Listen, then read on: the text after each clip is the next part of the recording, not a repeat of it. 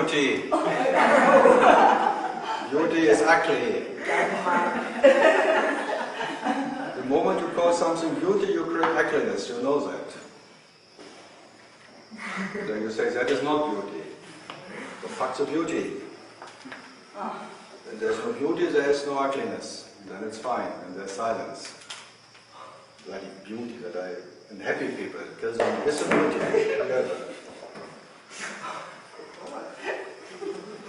Good people, happy people are the worst on earth. They're not even bad people, so they're good people. Good people are creating the bad people. So we kill the good people, then we got rid of the bad people too.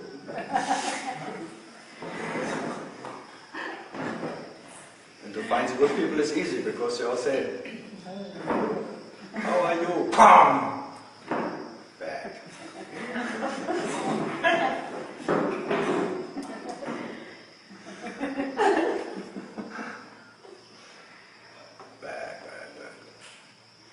People always like to listen to the 5 minutes before. I don't know why, but they think it's more interesting than what comes later.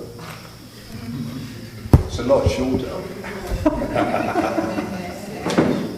It's less promise. It's like unfiltered. Your real face shows.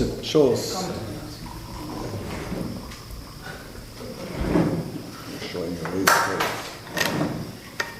The 5 minutes you are German, and then something it's Shiva again. Bloody self, boring. Karl. My breakfast today, very unhealthy, they say. Biscuits. Everyone wants to kill me.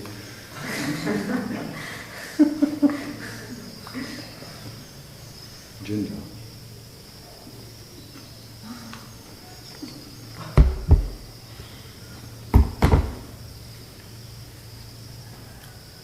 Boer. Strong.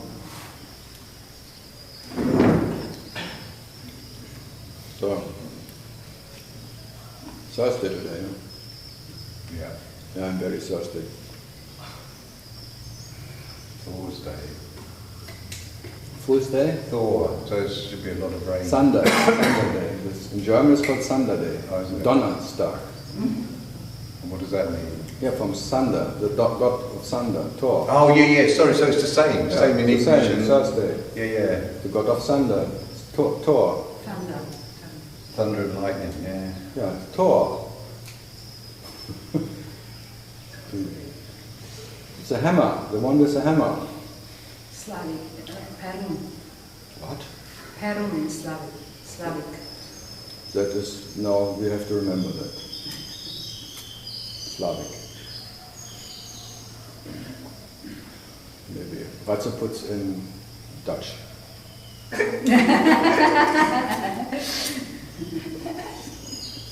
In Dutch is called Godverdamme nog eenmaal.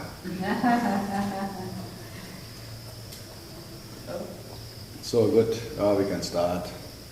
People can come always later, they know it's really like that you don't care if you don't have any rules or something, people just come when they come, go when they go. I like that. Better than by Tuli Baba.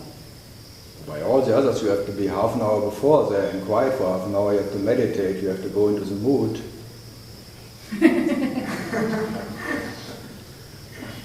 Called the moody blues. Being quiet and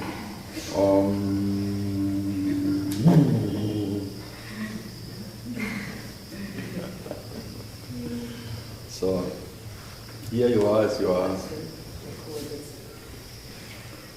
So let's see, they're coming. It's always good to be a bit out of the city then.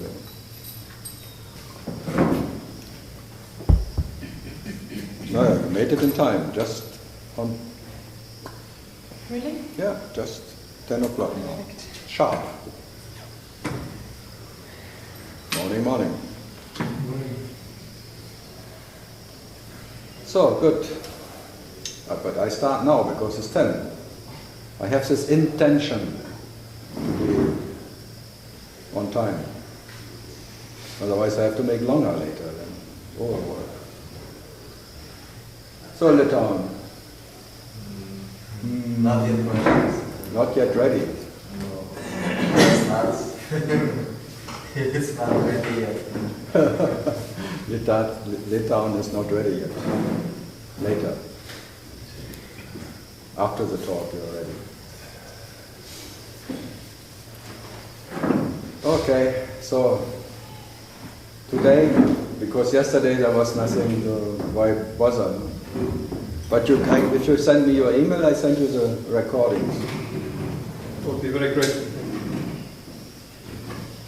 That's easy for me. It's just one can be downloaded from the OneDrive, I think. Yeah, Hotmail. What is your email? I have no email. That's why it's no danger. But you told if you send me your email. Yeah, but because I have no email, there's no danger. Everyone can send me, but no one knows where.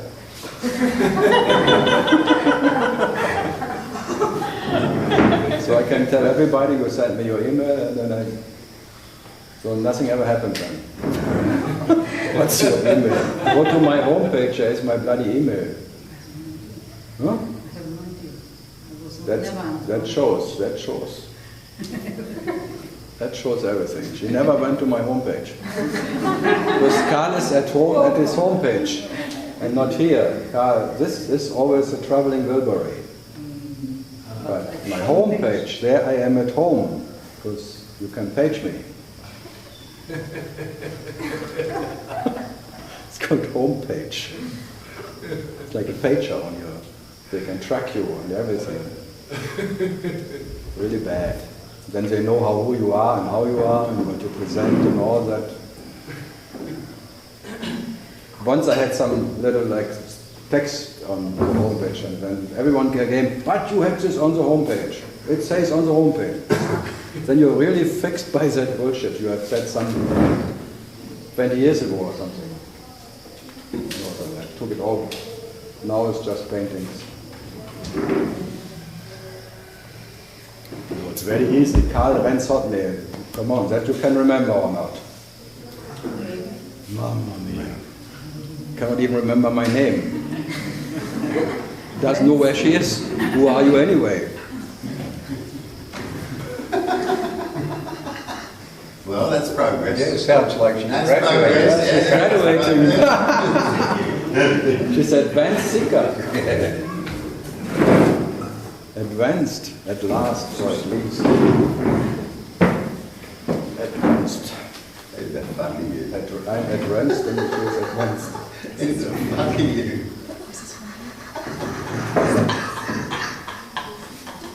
It's the modern idiom. Mugging. No, it's not the new. Mugging, I get mugged. The new version. Mugging. Mugged and mugged. Oh. You are more. You're surrounded by the people. Trinity now. Yeah, the English and the Australians have got you in a pincer movement.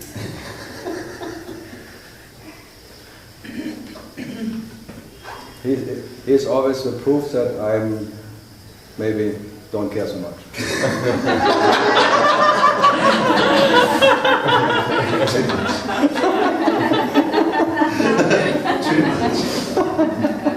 Overcared. It's overcared.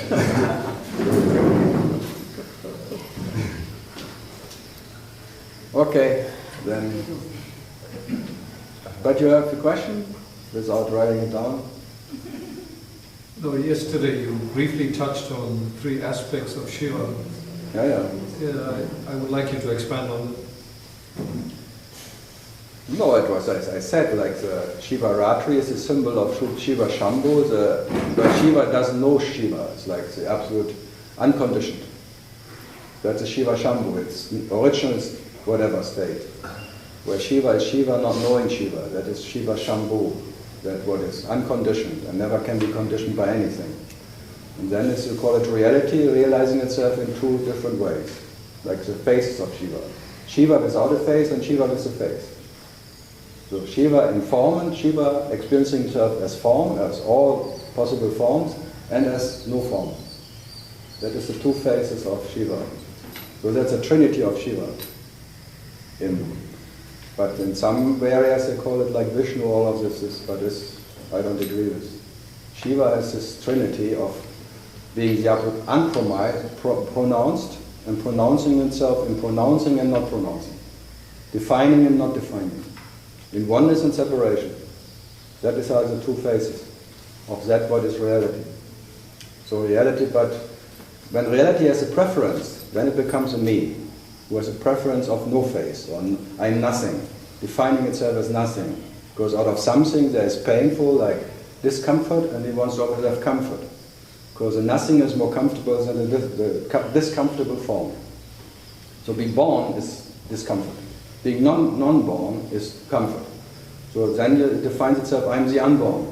So the unborn and the born, both are two faces of Shiva, but that what is Shiva is neither born or unborn. Neither. This is Neti. That's the Trinity of Shiva. That's in the tradition of what is the Advaita Gita? This guy? Nattatreya? Yes. Yeah, Nattatreya. You see, there's a whole book about me and him, but I cannot even remember his name. That's funny. This is like this, there was 9 big sages, or what it's like this, a big tradition of Nisargadatta. It's like, if there's a lineage, it was that lineage. But as Nisargadatta said, with me all the lineages stop, because for what I am there is no lineage at all. So he killed all the lineages, like Ramana did. He always said the self has no lineage, and whatever has a lineage is a phantom lineage.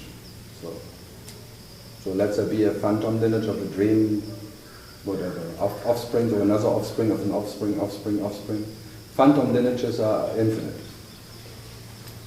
So Adam and Eve is like the beginning of all the lineages in the Christian thing, and maybe Krishna and his in the Indian tradition. In the Indian tradition, where does Shakti fit in with this? Yeah, Shiva Shakti. So? Shiva in his creation, and then in its destruction. Like Shiva Shakti is that what is Shiva in action. It's like when the light now will be lit, then the light will be active. Like the light is shining. That is Shiva Shakti, but the Shakti of Shiva is not Shiva. So that's the energy of Shiva, but Shiva is neither energy or no energy. It's just that what is, you will never know what it is. So Shakti maybe is consciousness when you translate it. Consciousness is the Shakti of Shiva. So in that as consciousness is giving everything form and playing around, so the play of Shiva. The play is consciousness, as this lila, that is called, I would say, Shiva Shakti. And then there's a play and there's a no play. And that's, so again, but I would say Shiva is neither. Undecided. Never has any sides. But still realizing itself as sides. 2 main sides. Something more? Very quantum physics. Contra what? What you said is very quantum physics. Quantum physics, yeah. I agree with quantum physics because it's always changing its form. Sometimes a wave, sometimes particles, sometimes you catch it, sometimes not. It's always fleeting. But the moment you look into it, it's gone. Fantastic. So the moment you want to find matter yourself in something, matter is gone. You can go deeper and deeper and deeper, but you cannot find the end of the light of Shiva. This is a symbol of this mountain too, the light of Deepa.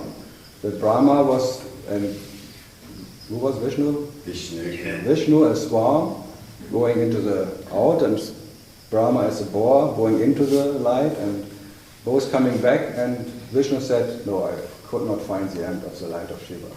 But Rama light, I found it. Rama was saying, I realized my true nature because that's the meaning of it. You realized your true nature because you found the end of light. And by that, everyone who comes here is like a Brahma who claims that he realized his true nature. As if Shiva could be realized. So it's all a lie. So that's why there's only one temple in whole India from that liar, Brahma. So if someone tells you he knows his true nature, he must be a liar. So it's just another incarnation of Brahma. walking again as a liar, claiming that he knows who he is. So let him walk around and finding some believers of that, because he needs it. He needs confirmation from inside and outside. So all these awakened ones are Brahmas, so can only be awakened because they're unawakened ones. Codependency.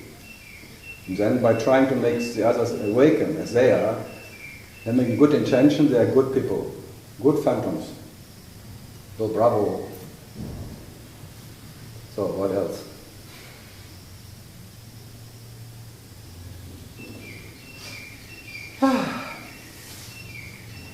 That was quick, we can go home now, 10 minutes. Sum it all up.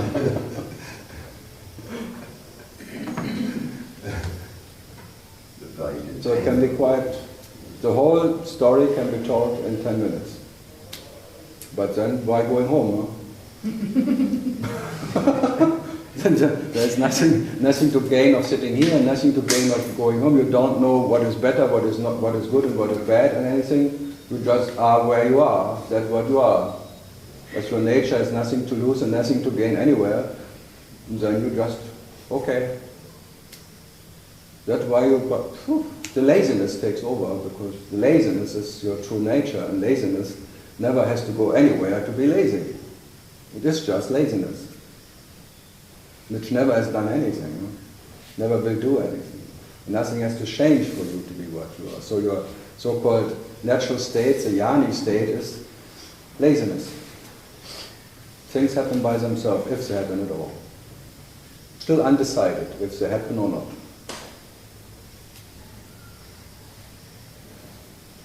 Can you tell more about Bhakti and Jnani? She is a Bhakti. She wants to be a Bhakti, but she doesn't know what it means. Yes, she wants to know if she really has to give up something for it.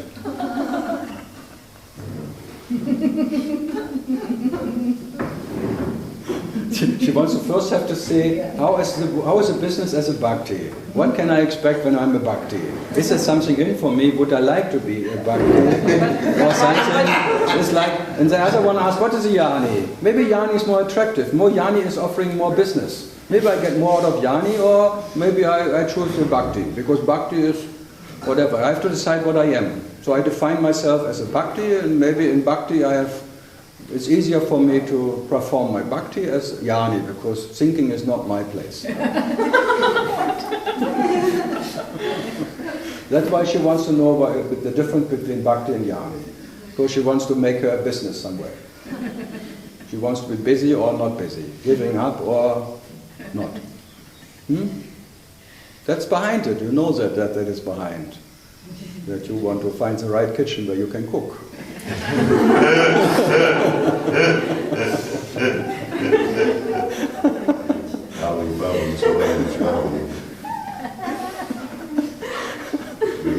Which kitchen can I make my right soup? What I may like. No? And why did you say I'm a Bhakti? I didn't say that. You imagine, I said, you try to be a Bhakti, but first you want to see if it's your way, if it's your tendency. If your type is a Bhakti type, it's called. It's like astrology. What is my star sign, and how do I have behave? Am I a Bhakti sign or a Jnani sign? Huh? The main signs. What is more promising for me? Yeah, that's behind the question, for sure. Yes. So what do you think what you are? I don't know. That's the best. That's the best. Stay there. Why you don't have to make a decision? Just be undecided. Why are you going out of that being undecided? Bhakti, Jnani. Just stay there. Just be there. It sounds promising, but so it's like love is Bhakti and wisdom is Jnani. The way of wisdom and the way of love. So they are both promising something. But the direct path would be undecided. Like Nisargata, there is love who promised me everything, and there's wisdom who promised me nothing. Or be nothing and be everything. That's the promises. Wisdom will deliver I am nothing, and love will deliver I am everything. So everything and nothing. And I tell you, just stay where you are. which is undecided. And just let your life flow between them, because they have nothing to give you. But you still try to make business. I'm a businesswoman.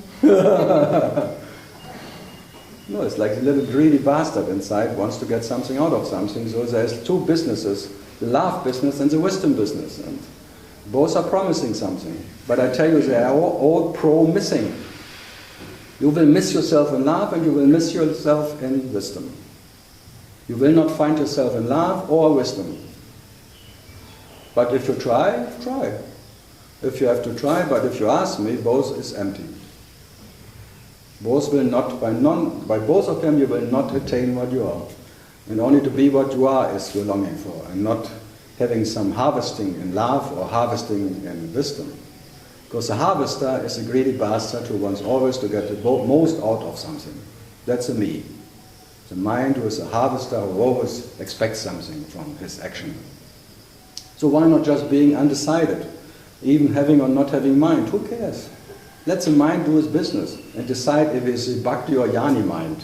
Because all of that is mind. Minding itself. Care-loving, caring about his nature. That's mind. The caretaker. So let him take care in love and let him take care in wisdom. And just be undecided. So why not just staying there? Abide in that being undecided. In your natural state. It's difficult. Huh? It's not difficult, it's effortlessness. It's so easy, so because you cannot be easy as a me. In easiness you don't exist. In that effortlessness you cannot be one who did something. So you cannot go to your friends, oh, by bhakti I get that, that's the bliss. And by wisdom I have this deep understanding. So you cannot show off with it. By just being what you are, but you want to show somebody what you did. That is your business, because you have friends. So no friends anymore. No friends. Your family, your boyfriend, anything, relatives. That's really, the moment you have relatives, you must be a relative, and then you have to prove yourself. And as this little one, you always need attention from them. It's like a big business. You asked, how are you? And the other one, yes, and you? And then comes, you talk about what everyone has to offer. Everyone wants to be a doctor of the other one and helping. But Paying attention. the question is like a doctor, how are you today? How can I help you? The healer comes up. So you better don't say anything. You better say, I don't even know if I am. Yeah, if you ask me, that your nature would never say I am or I am not. It's like, it never knows how it is. It's neither good or bad or anything. So being undecided is actually your natural state. Because your nature has no sides. So how can it decide something? Huh? So what is there to do? So now you want to decide if I'm bhakti or jnani. Then you have a long journey in front of you, I tell you. Bhakti is very long. Jnani is a bit shorter.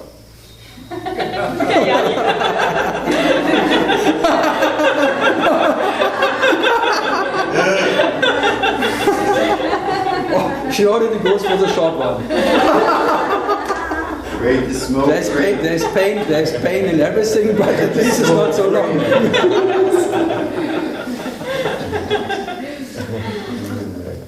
It's a long, long way to Tiparello or to...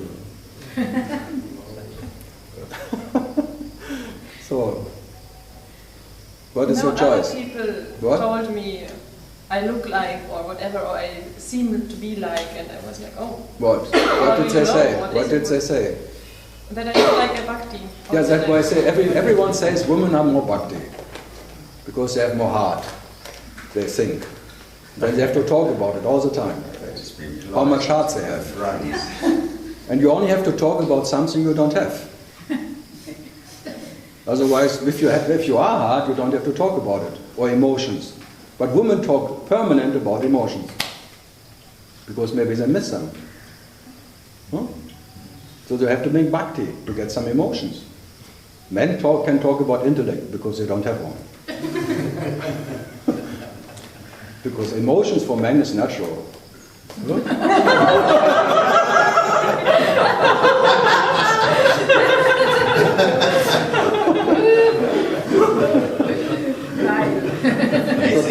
turning everything upside down, and you don't know where you are anymore.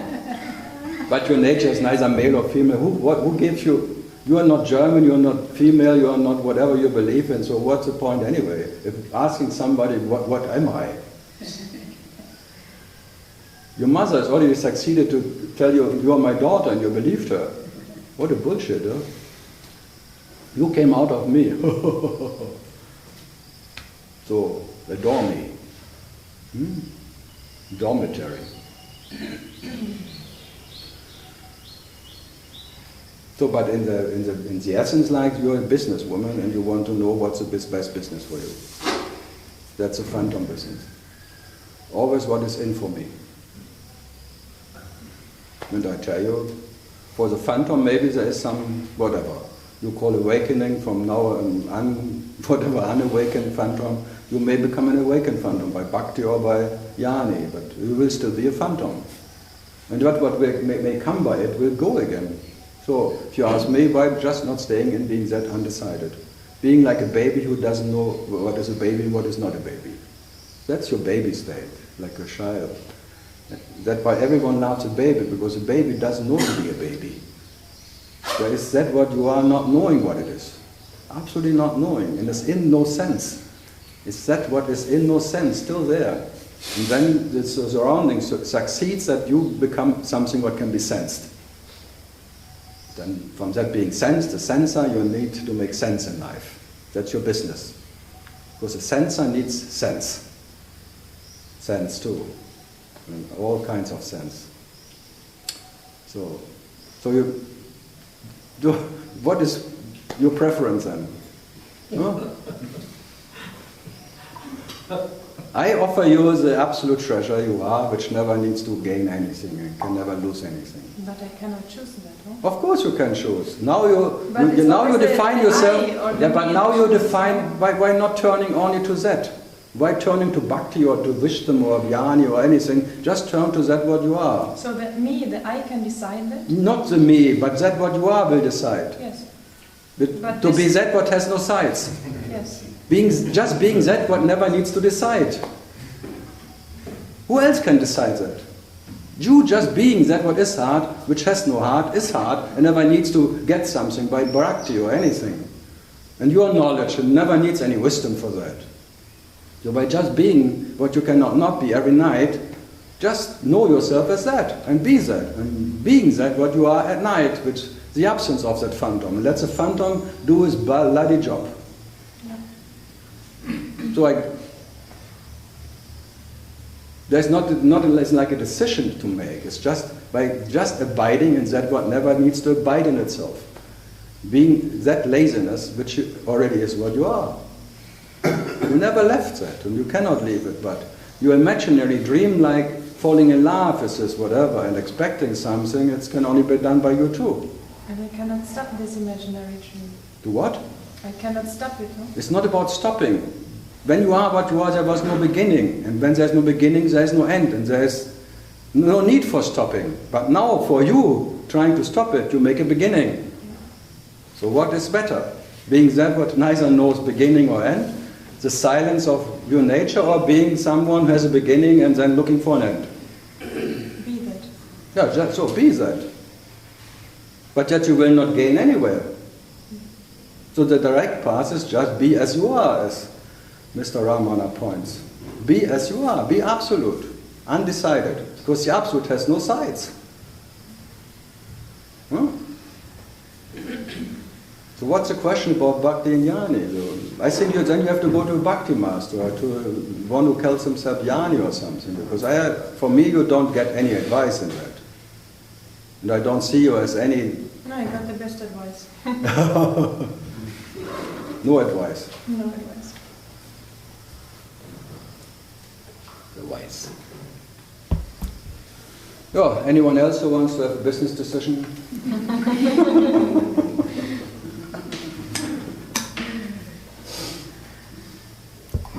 Because this is part of masters. They give you like a name, and then there's a bhakti name, or yani name, or your shanti, or something, and then go on, try your best.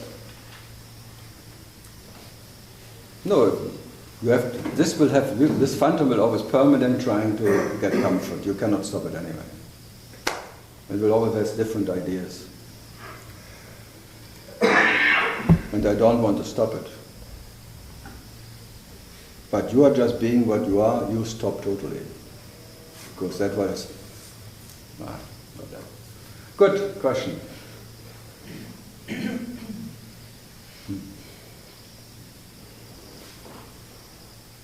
Something from the back? New people, new questions or not? Something new? Some questions about what I said? No? Okay. If something, just out with it. Good. Lydia. No, for me it seems that bhakti and jnana comes together in some At the end. But why not being prior to the beginning? Yes, but at the end, in the beginning there's bhakti and jnana, and there's two, and then at the end they become one again, because there's bhakti is jnana and jnana is bhakti, bhakta is jnana and bhakti together, blah. So why not just remaining in that what there's no beginning? Because that is a long way that they are one again. Because you're on a bhakti path, and it's a long, long way. Wow. It can take thousands of lifetimes. Thousands of lifetimes kissing the feet of a master.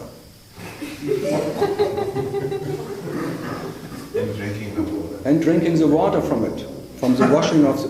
Are you ready for that? Are you ready for that? Oh no.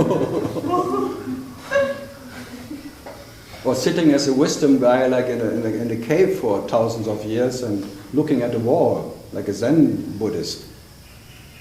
You need to keep the energy up. Yeah, and lifting up the energy and the Shakti, Shakti, Shakti, Shakti, Shakti, Shakti, Shakti, Shakti. And then,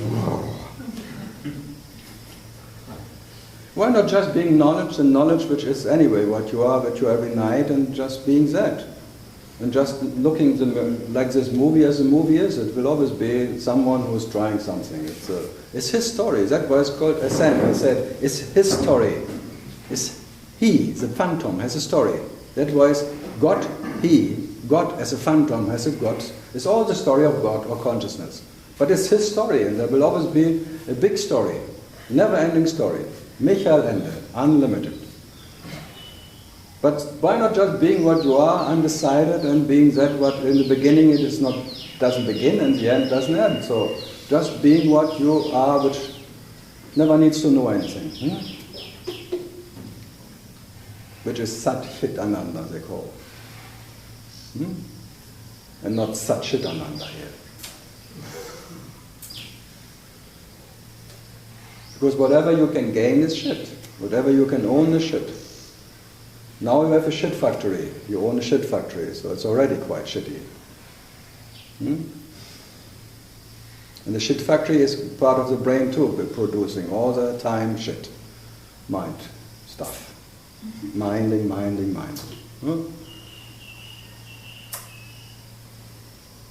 And again, I agree with this guy who says you have to realize yourself. You have to realize yourself. It will never stop. But not talking to a phantom. This Sadguru talks to what he is, eye to eye. Talking to reality, and reality has to realize itself, if you like it or not. The helplessness of your nature is to be the para-Brahman who has to dream himself in all possible ways. You cannot stop dreaming. As you have no beginning, your dream has no beginning. So as the para-Brahman never started, the dream never started. So this dream is as infinite as that where it came from. Maybe there's not even a coming. Maybe this block of existence is uninterrupted there. And this is just one fragment out of that infinite aspects of your nature. And all that is the realization of that reality you are. So you're the absolute dreamer, and this is your absolute dream. And there are bhakti dreams, and jnani dreams, and wisdom, and love, and all possible ways of whatever. And none of them can make you happy, thanks God. Because what you are never was unhappy. So the satisfaction of what you are can never get more satisfied by all of that. So be that what is sat is fact. It's fact that you are sat, the fact that you are self. You cannot not be self. And that is self-satisfaction. But when you become, this all becomes self is fiction. Then you need another crucifixion, like Jesus maybe. Just to experience that that is not fiction, satisfaction, and not fiction. So it needs to be crucified, the phantom, to be pierced, everything then taken away, even God is leaving him. That he, as Christ, is newborn, reborn in his natural state, the Christ state. Are you ready for that? Being crucified? No. No, why not? I don't know. I'm doing it here permanent. Okay. I'm crucifying everyone, but no one feels anything. Yeah. Interesting point. To be as a child, you still need mother's love, you need You mother's don't love. need anything. You wouldn't care if you die right away. You don't need anything. The mother needs you to breathe. Then there's If no you point. would stop breathing, you would not care. This sudden child there, no one cares. The baby doesn't care if it's alive or not. The mother cares. But the baby cries. Yeah, but the baby is not crying, the stomach is hurting and there's something coming out like a tone, like a reaction of it. But there's no baby who cries. There's no one who cries. Ask the baby, are you crying? There's just a functioning of crying, there's a functioning of energy. You can call it Shiva Shakti crying. Fucking Shiva, stop it. Ask the baby, are you crying? Is there one who is crying? With 3 years, there is one. The doer comes with 3 years. The first 3 years, there is no one. Impersonal baby. The person is there when the mother succeeds and you say, I was shitting in my trousers. Before you say, he was, in the third person. If you start speaking, you don't say I. The I comes with 3 years old. I did it. It's my body. The ownership starts only with 3 years. Before there is no ownership. Even if you talk in the third person. Karl did it. Well, this body was doing it. And when it's the first year you cannot speak and there's just like energy. You cannot remember how it was. Come on. There was just a light. There was just the awareness. But no one was aware of anything. The impersonal awareness, what is your natural, your very nature was there. Between the child that's crying and the mother that gives love. It doesn't give love, it gives milk. Grace. Love cannot be given. Grace. Grace cannot be given. It's just, the mother cannot listen to the crying baby, that's why it's feeding it. It's a reaction of feeding. It's like a genetic design of conditioning that when someone cries, you give your tits. But it is love. No, it's not love, because it's disturbing. You want to have peace. If the baby would not cry, not suck, you would just sit and watch television. You have not been a mother. I was, 4 years. 4 years I cared alone about a baby. I did it, I know how it is. Especially for that I can sit here now and talk to you. I had to care 4 years alone, and the mother had to go to the madhouse. And after 4 years, I only gave up caring about her because she came high pregnant again and wanted to deliver another one, which was not my baby. I know. You cannot say I know how it is. Absolutely. And I know how this fucking love works. Yes. There's a 10 days old baby. It's not yours. Your girlfriend went with someone, tralala, 1 year ago. Then she calls you, not that father, she calls you. Come, oh, the welfare will come, the socials will come, oh, they want to take my baby. So me driving 500 kilometers to Berlin, baby. Then knock, knock. 5 minutes later I was there, knock, knock, the social, well, Where's the baby? We heard the neighbors are complaining because the mother is crazy.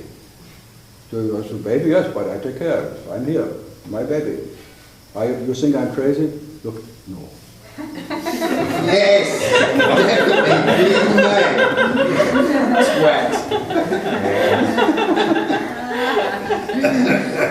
And then you just take it, and I took it back to my home, whatever, in West Germany, and then after what? Few days, it becomes yours. You look at it, and you cannot leave it alone, you just take care. It doesn't fucking matter if it's your sperm or not, or bullshit, anyway. I never cared about that anyway. But then there's something what you are needs to be cared, so what? But it's not about love, you just take care about yourself. It's not about love. You just take care. Like I'm taking care here now, talking to myself. No choice. No choice. There's a choicelessness of, yes, you take care. So what? That is what I am, so I take care. I had a black cat turn up the other day. I'm sure I'm not the father. Yeah. I'm taking care.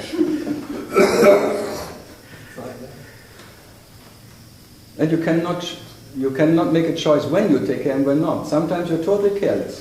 You just leave it, the dying guy on the street or something, as nothing is there. And the next moment there's something that you take care. In that you cannot decide. It's not love, it's just that next moment decides what has to happen. It's not the love of the mother. It's just that what is the next has to come next. It will be there. There's no love in it. It's just this decision of totality that next will happen.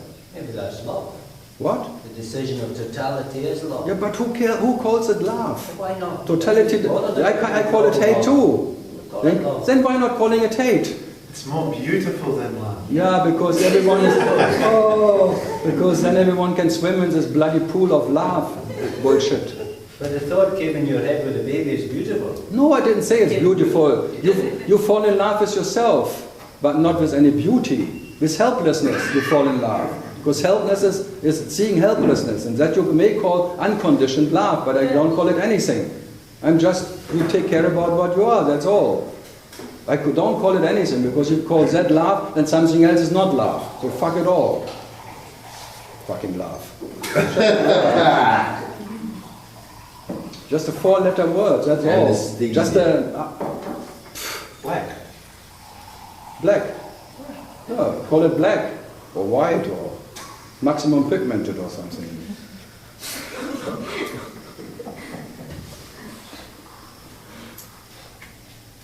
No, this helplessness is such a joy. That this choicelessness is such a peace. That everything, whatever happens next is already there. And for me, I would not call it anything, it's just what you are. Reality realizing itself in the choicelessness of existence. That's all. And that is joy. You can call it whatever. I call it, even unconditional hate you can call it. Because if there's only hate, no one cares. But if there's love, you create the opposite too. And then you have this love, hating, la la la. I can call it unconditional underwear. Because what I am is underwear. And now I am aware. Unconditional underwear, conditioned aware. And they're steering there, it's like, they cannot help it. They're saying it needs to be steered. Everyone is like a sledgehammer. The one who's using the sledgehammer doesn't hear the sound. But everyone around shouting. Like, I hear you thinking, that's worse. So, good. Some other questions about the baby. How noisy is that? Yeah, it's crazy that it's really like I had to go through that I can talk about it with some authority. I'm really careful. Fuck it. I never knew that the moment I did it, I never knew it that had to happen, that I can now talk about that. Because the future demands the past to happen. As the past has to happen, that the future can be as the future already is. This blocks, nothing ever happens, nothing ever comes, nothing ever goes. This silence, which is this, what is this, and not something what is prior or beyond. This is the silence of what you are. The silent dream in its absolute nature. And not something what is now, this is moving, this is living, this is the... No, this is silence, because the silence of your nature, the silence of your dream is not different. And silence means nothing comes and nothing goes. Good. So the dream is like you dream yourself in a movement, in coming and going, but that's a dream. So in coming, nothing comes, and in going, nothing goes. So no birth, no death. What is Geneva? All good? Fine? Okay. People always, after a while, they like that love is just a four-letter word. Because she claimed, when she came a few weeks ago, she said she claimed to be an offspring of love. But now she doesn't want to be an offspring of a four-letter word. Of a concept. One concept creating another concept. So it's not so bad not to know where one comes from. No? Oh, what a... Because if you're an offspring of love, you always try, if that's really love, you doubt it already. Because if I'm an offspring, this cannot be love. I hate to be here. How can I hate when I'm an offspring of love?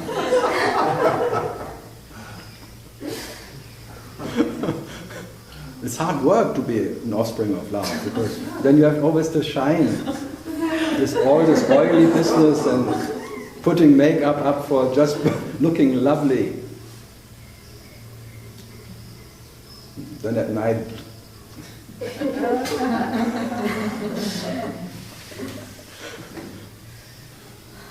So, good. There is a permanent makeup. What? There is a permanent. That's even the worst. Yeah. The worst case scenario, you make tattoo makeup. Wow. Like Angelina Jolie or something. Most of them. Who finds this lady attractive? Brad Pitt, but it's a pity. Bradley Pitty. What an ugly face. Yeah, but it's a natural use. It's not her natural look. Who claims this? Yeah, I think so. You think so. Yeah. But what would her father say? My daughter is a... He had also a little bit. He got it, yeah. He had also thick lips. Then she got Prozac there too. Her father hates her. I don't know. The father, did she have a father? I didn't believe that she had a father. She wasn't like Michael Injection or something. No, he was an actor in the, what's the John name? Boy. Yeah, in the Cowboy, what's the name? Midnight Cowboy. Very good, yeah. Yeah, but It's your if you make a movie with dust in, then you have to lie about your daughter. Is he sure that he is a father? She looks like Always look at The mother is more, can make more, is sometimes more sure. Not always, because they change sometimes the babies in the hospital. Very often. I think every 50 baby is not original in the hospital. They just change it because they don't care so much. But I cannot deny I am the son of my father. If I look at him, No. the doubtlessness is there. The genes cannot be by mistake. Okay, some more questions about the nature of... Good.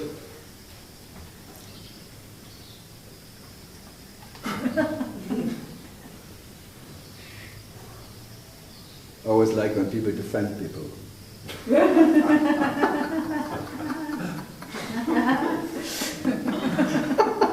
like Leonard Cohen. Andrew Cohen, you like? Leonard Cohen. You see, that's the tolerance limit. I always check with property people. No, we're not allowed to like Andrew. No, that's impossible. Impossible. The one who wrote a book against the master. Against who? Papaji. Nee, that is 15 years. What? Andrew Cohen, but Leonard Cohen. But we talked about Andrew Cohen. Again. Leonard Cohen was a disciple of Ramesh Balsekar. Yeah. But he never said it. There was an interview 2 years later, and he never mentioned Balsekar. He mentioned this Zen master and all the other things, but never Balsekar. There was something not kosher. Something was not working. Did not make impression on him. No, he was sitting 2 years there. Come on, day by day. Lifelong. What to do? Yeah, sitting with me for 2 years, that's for sure. I will not tell anybody. I have all these people, they sit sometimes for 7, 8 years and they never tell anybody. Maybe out of they don't need or they're ashamed or something. Because they don't want to lose the friends. Too fast, you can't, how can you sit this at? Wow, this is impossible.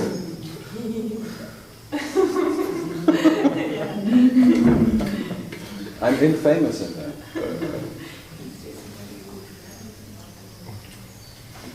So good. What else? No, there's a story, Andrew Cohen. How to check out Papaji people if their tolerance has limits. I was sitting here 12 years ago on the rooftop in things and said, you are all consciousness who plays everything.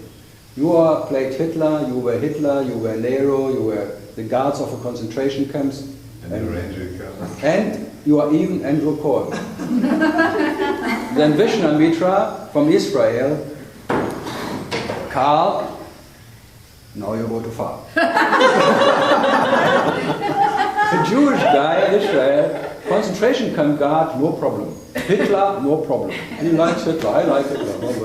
But Andrew Cohen, bah, impossible. Fuck. So how to, there are ways to check it.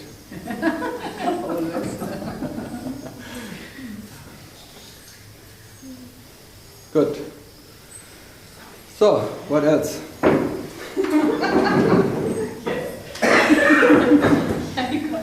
Hi.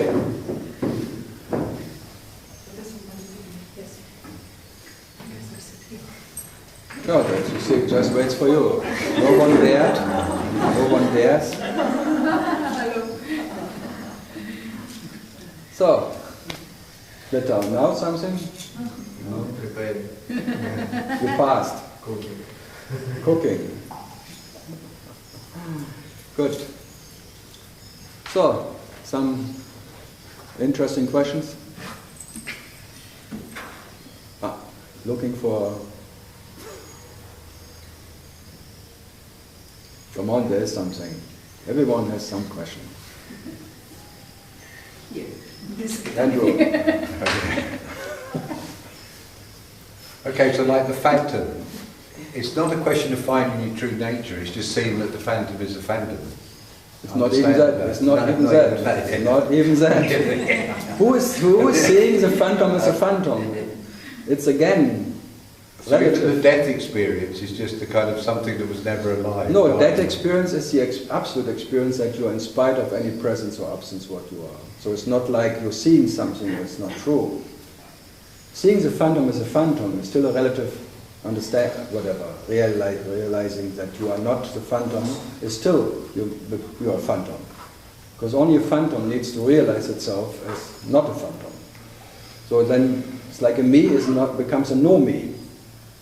So the me, then you step back from the me, but what can step back prior to the me? It's another phantom who sees the me as a phantom and then becomes a no me, or nothing. So then, and the death experience, I mean, that experience of Ramana is that you are in spite of whatever you can imagine. Being in spite. Just being in spite, which you are every night. It's nothing special. It's more than natural. That what you are here now, what you are in deep, deep sleep, uninterrupted, which is in spite of any presence or absence. That's all. That is a dead experience, because life is not depending on the experience of life. To be what it is. That is a dead experience. And it But already actually it's is. a life. It's a life experience, being that life which is not depending on experiencing life. That's a dead experience. So that he was a symbol of that. And for that nothing is needed. So you just lay down and just said, let that happen. What will happen when I die? And he just was, this imagination was so immense that whatever, this body will go, the spirit will go, the awareness will go, and then nothing happened, because I still will be what I am. And from that, no one came back. From that moment on, he said there was nothing ever happened to what I am. As nothing happened before that, nothing happened then, and nothing will happen to what I am ever after. So for what you are, nothing ever happened. So by all the happenings, nothing ever happens. So none of this whatever events can condition what you are. That is Shiva Shambhu. That what can never be conditioned by anything. Never get any taint or spot on its nature.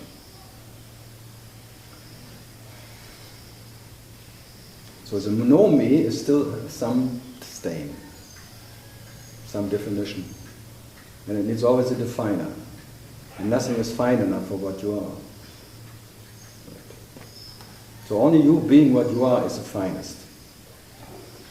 But you don't know what is fine and not fine. So by not knowing what is fine and not fine, you are fine.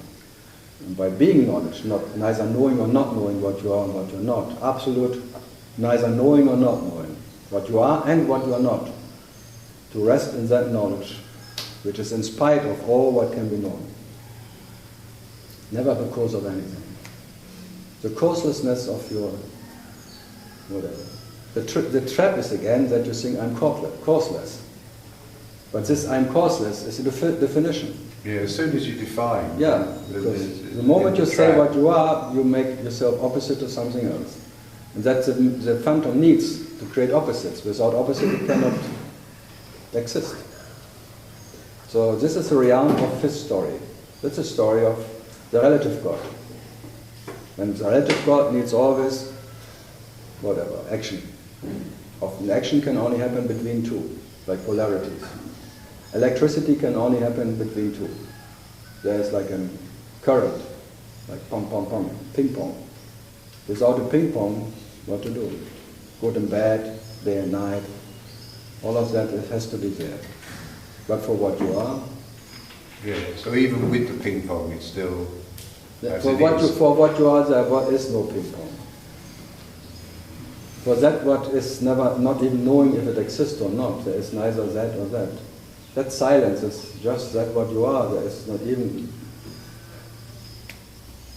Whatever you try is futile. You cannot define it in any way. So whatever you can talk about, whatever you can say, always is in the dream. And what is in the dream can never apply to that what is. You can say prior and beyond and inspired, all that pointers, but they're just pointers, but they don't define it. Good. So you are not by definition a bhakti type.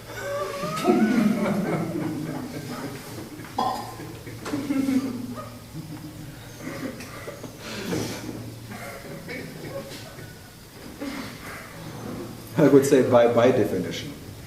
I'm not by definition, by definition. I like that, bye. Hello, bye.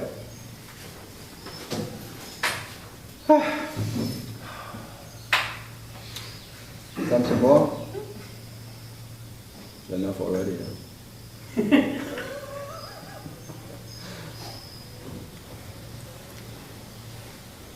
Everyone is fed up already. No one wants to have more.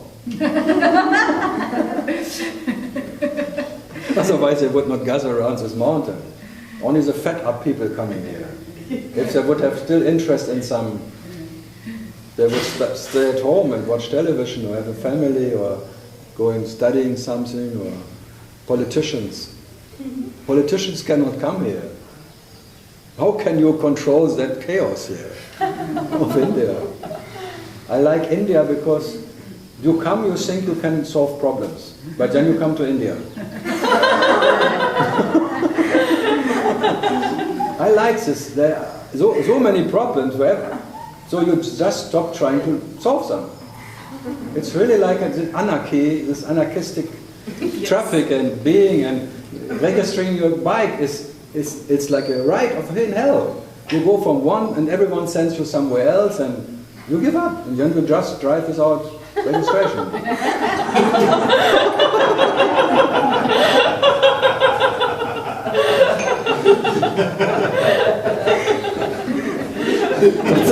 That you cannot do in Germany. They catch you right away. I tried 10 years of that registration. and then they become friends of the police chief. Yeah. And then it doesn't matter anyway.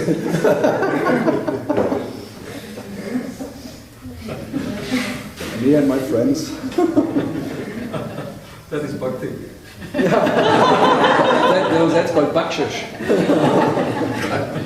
Bakshish. No, in that sense, India is quite a training. Swiss people are the worst. They come with a broom in their head. They start already. I had so many. They come and then, but after 1 week,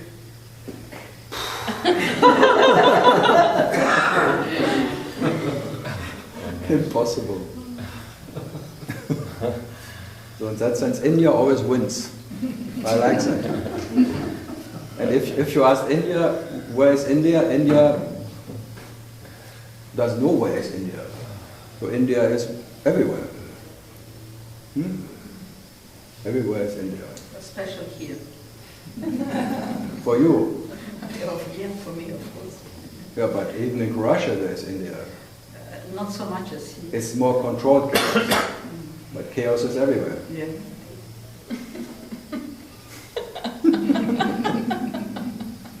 Chaotic is your nature. You are the master of chaotic realization. Chaos. That is Christ in this Thomas Gospel. I am here to bring chaos, destroying all ideas that you can ever bring order in your existence. Not Jesus is loving and thing and all brothers and sisters. No, everyone will kill everybody. This is now the time. This is now happening. Now happening. Brothers and sisters killing each other. So, some more questions. Sveta, you always have so many questions. But they're so silent. Huh? Good. Something more. Something? Well, where there are questions, when there's no questions, there's no answers, so there's no questions. But I'm here for questions. No answers I have at home, enough. When I watch television, there are no questions, but when I come here, I come for questions. I'm here for fun, I'm not here for silence, because silence is everywhere. Yes. Or nowhere, whatever you say, but I'm not here, I'm here for entertainment. And question and answers are entertaining. This question answer is quite dangerous because this questions gets... Yes. So after a while, there's the questionlessness of your existence left, that's all. But the questions have to be pronounced first. They have to come to the open. And then they're gone, because this is a darvish. When you're a darvish, wish, wish, wish, wish, wish. So the answers are just no answers, they're just releasing the question. It's not that there will be an answer who is giving you a question, which are normally the case. Because this answer you cannot remember anyway.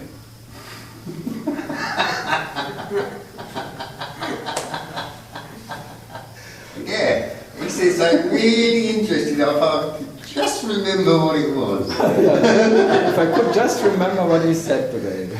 Yeah. How was it today? Oh, it was all right. Yeah, what did he what say? did- I have no fucking idea. Something about Shiva. I'm sure. Something about Shiva. He could not even write it down. Though. Even after 20 seconds, what did he? Because it would be wrong what you write down. Correct. Yeah. Because you cannot remember. Because that answers, I always like answers. They're not for you. It's not for a story. You cannot make it like your understanding or something, because it will never be your understanding, because its answers are more like talking to that one never needs to understand, and never makes a story out of it. So there is no... And I'm always wondering that, like this Indian, in Sweden, he's in Sweden and writes it down, transcribing it. Maybe Sweden is boring enough. Sitting there listening, and he's a computer expert, so every day computer, and at night he listens. Hey, it's Manjit, we see you in Bombay. And he started to do it because his wife left him. You see, existence takes care. By divorce, my books came out. 8 books now. Out of 1 divorce. That's magic.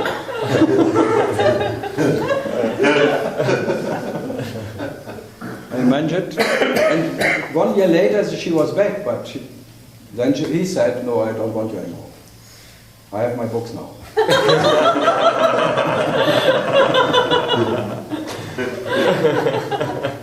I listen to Karl, I don't have to listen to you anymore. It's quite dangerous.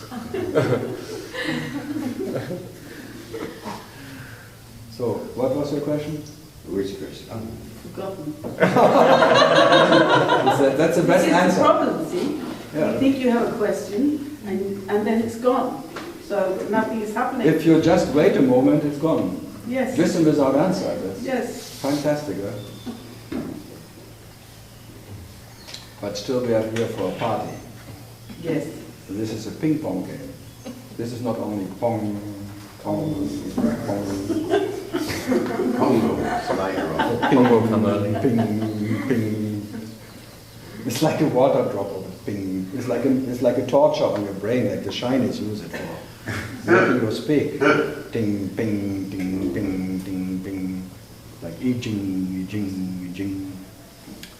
No, but you can be inventive. You can produce something, not even having it, as you are anyway. So consciousness doesn't need a reason to have a question or some really a problem. You can just create a problem by questioning something what was not a problem before.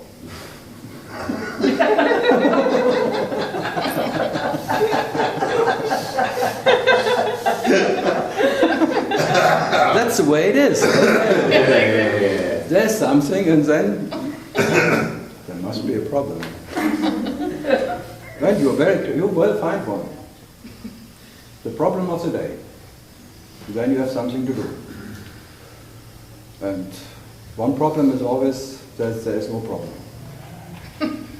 That problem is not leaving you. That problem you want to solve.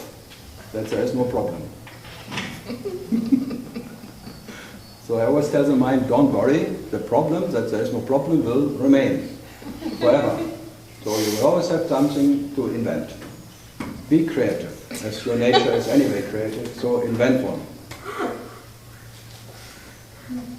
Like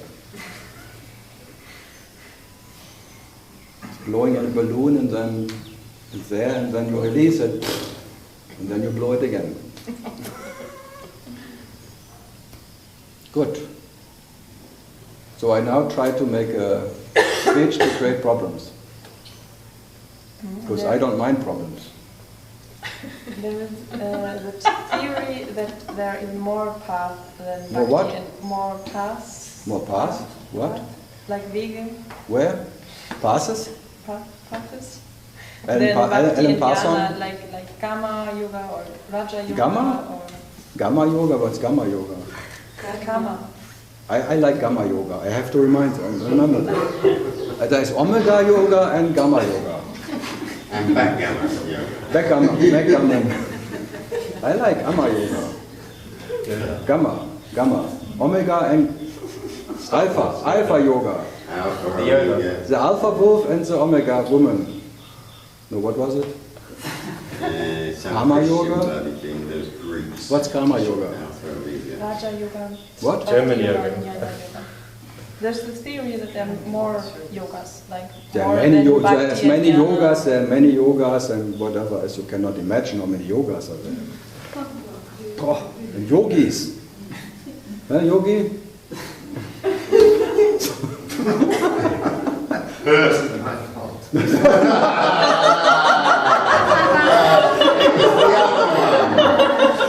That problem was given to me. I just accepted it like a cat. Yeah. Like the cat you call Cleopatra or something. Like trash, I call it Trash. Trash. Yeah, trash. Hey, trash, come. I treasure you. Come to trash. Treasure you, trash. So what is your karma? Don't know. What you don't know? You had a question about karma yoga. What was it? Yeah, what do you think about the different ways? They're all wonderful. But only because they don't lead anywhere. Okay. Yeah, I tell you, they're wonderful, full of joy.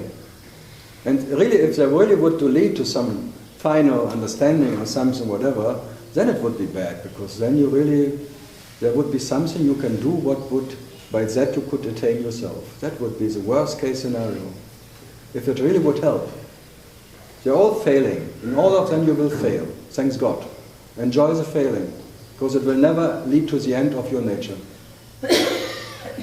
They're promises, but they're just empty promises. So enjoy the way. This is Buddha. Enjoy the way, because the way is the goal, but not finding the end of the way. So there are many paths, or what you call yogas, and they're all wonderful because they're just the entertainment for what you are. Just an entertainment. That is life living itself in infinite ways, and infinite whatever, yogas and yugas and Kali yoga. Now we have the Kali yoga here, and other yogas. Do you believe in this yoga? I believe in everything, but I believe in everything. It's all a belief system. So I believe in it, just in case. Just in case, like God, just in case. I say, praise the Lord, just in case. Maybe there is one.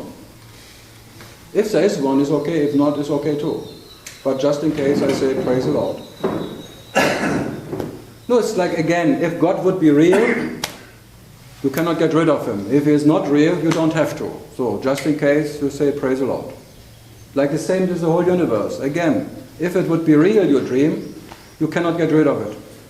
You have to be what you are with that dream. If it's not real, you don't have to. So there was any problem in the beginning. Huh? So in any way, it has nothing to do as being what you are. So if it helps, okay. If it doesn't help, okay too.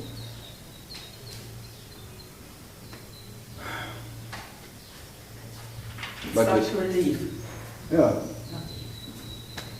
Yeah, if you see the belief as belief, it's quite a relief. You are relief. You start with a belief, and then you see it's empty in its nature. It's a relief. Like you sign into that bullshit and you resign from it. So you give attention and you resign your attention from that. But giving attention, not giving attention doesn't make any difference. So you give attention again just in case. As if. Just you do as if. Oh, is there something? Oh, let's see. There's no harm in it. There's none of that can make a difference. Being irrelevant, whatever, in this total irrelevance, or being relevant, or anything. Experiencing yourself in whatever possible way. What is there to lose? What to gain? If If you're not an idea, what can these ideas do to you? If you're not a concept, if you're not a belief system, because your nature is doubtlessness in its nature, because that knowledge that you are, even by denying it, is there. Even if you say I'm not, you have to be to say I'm not. So that absolute being you can deny or not deny, you can agree or not agree, you are that anyway. So what is there to do? That is Ramakrishna's main pointer. That you can say I am not, you have to be.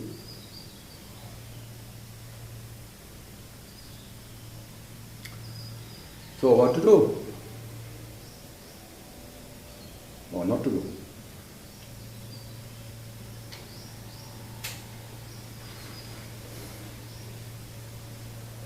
So you don't even have to be unlimited. Yes. Because if you have to be unlimited, you are conditioned. You are limited as unlimited what you are. And that what needs to be unlimited is again a phantom who needs to be unlimited. Oh, poor you need to be unlimited. Oh, you poor unlimited bastard. Oh. You can be finite or infinite. Doesn't make any difference. You are absolute finite and you are absolute infinite. Is your nature gaining something by being infinite? No. Does it lose something by being finite? No. So you can be this finite, whatever, beginning, ending of personal story, or your reality will never be more or less by anything. So the real has nothing to fear. But when you are the unreal, you fear everything. Instantly. So, what to do? Fear. Further. No, Jesus said, fear not, come on. Fear not. Don't fear what you are, because there is no others. Come on, how can you fear? Fear is there only in the belief system that you exist and someone else exists, or something else exists. So the moment you believe in God, there is someone else. Then you fear. So even to be the biggest believer of God, you fear. There's only belief when there's fear. And there's fear when there's a belief. Both come together. Codependent. It's a nice word, belief, because you left what you are. By belief, you become a leaf of the tree you are. But you are the Trinity, not a believity or something. Believity. Believe it or not. English, I like English. I'm German, I like English. American English, how can you use that language like you use it? So, I have nothing, I rape everything. Because I'm German. Because I'm German. But in Germany they say the same. How can you rape our beautiful language as you do it? So before the language rapes me, I rape the language. Because everyone is conditioned by language, by words and by concept and things. So I rather play with it and change it as I like it, before it's always makes whatever this guy uncomfortable. So you better play with everything, but what you are, you cannot play with. So you are the absolute player, you cannot play with himself. So you have to imagine some playground, the Shakti of. And now you believe that you are part of the play. And then now you're fed up with the play. Now you want to get rid of the play. Like Shiva creating a puppet house, and now he became a puppet. Oh, poor Shiva. Now he wants to leave to be a puppet, he wants to destroy the puppet, but as much he wants to get out of the puppet, he stays a puppet. Fantastic, huh? What a trap he is when he built it for himself. An absolute trap, coming out the absolute himself, becoming the absolute trapper, trapping himself in the absolute trap, having preference of non-existing is better than existing. What a trap, huh? Nothing is better than something. Absence is better than presence. What a trap, huh? And then every intention is to the unconditional. love, which you call absence of me. The absence of separation is better than the presence of separation. So the presence means separation, the absence means oneness or absence, which is quite enjoyable. So that's little preference. That's the absence, you have a preference for absence. Because in the absence there is no discomfort. There's the comfort of the absence, of one who could be in a discomfort. There's a presence, there is an experience of one who is in discomfort. And then there comes this preference. That's called me. Having this first preference of love. Trying to find love and avoiding hate. Trying to find comfort and avoiding discomfort. This little avoider, this preference, what is that? Phantom experience. Huh?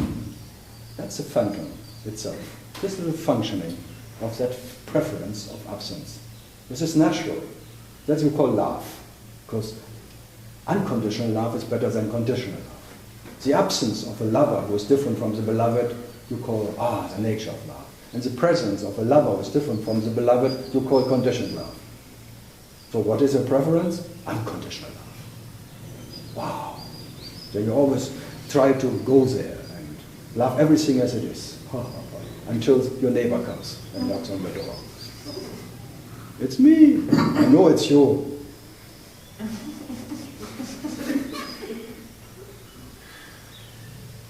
What is that? Well, how can you get rid of that? You're just loving, caring about yourself. And out of loving, caring about yourself, you want to have the best. And you look outside and the best is the absence. The best experience is the experience of absence, of emptiness. Okay. So you always, this is like your hell and that is your heaven. And who creates that? This little devil me. Fantastic. So let the devil be in his own hell and heaven, because when there's heaven, there's hell. So it's his story. God knowing himself, and he knows himself as devil. This be-God, the second God.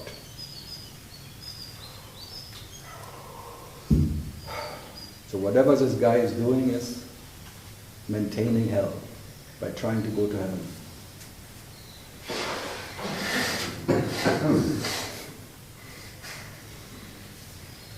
What can it do? That's consciousness.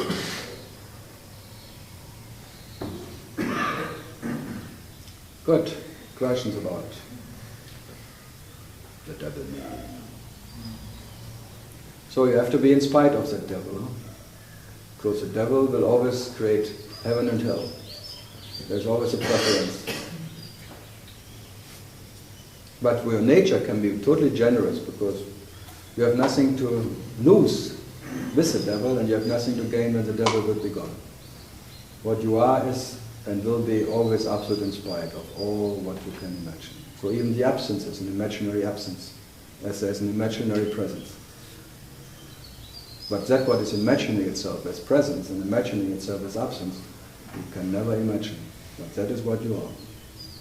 So what to do?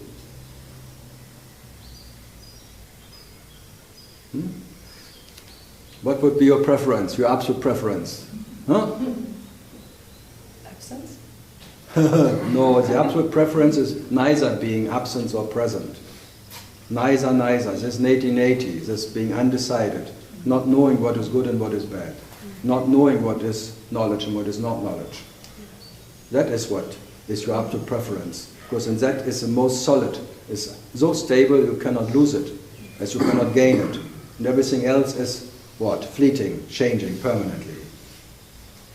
And with crucifixion, does this mean the crucifixion of this me and I? It just means that life cannot be killed, that life cannot be crucified. So it's a crucifixion, that someone could be killed. So the only dream is that someone is born and someone can die. That life is born and life can die. That is a dream. Life is never born and life will never die. So that's why killing is a crucifixion. It's called fiction because no one is crucified and no one got killed by crucifixion. Only fiction can be killed. But how can you kill a fiction? Trying to kill a fiction, you make it real. But you trying to kill it, huh? What to do?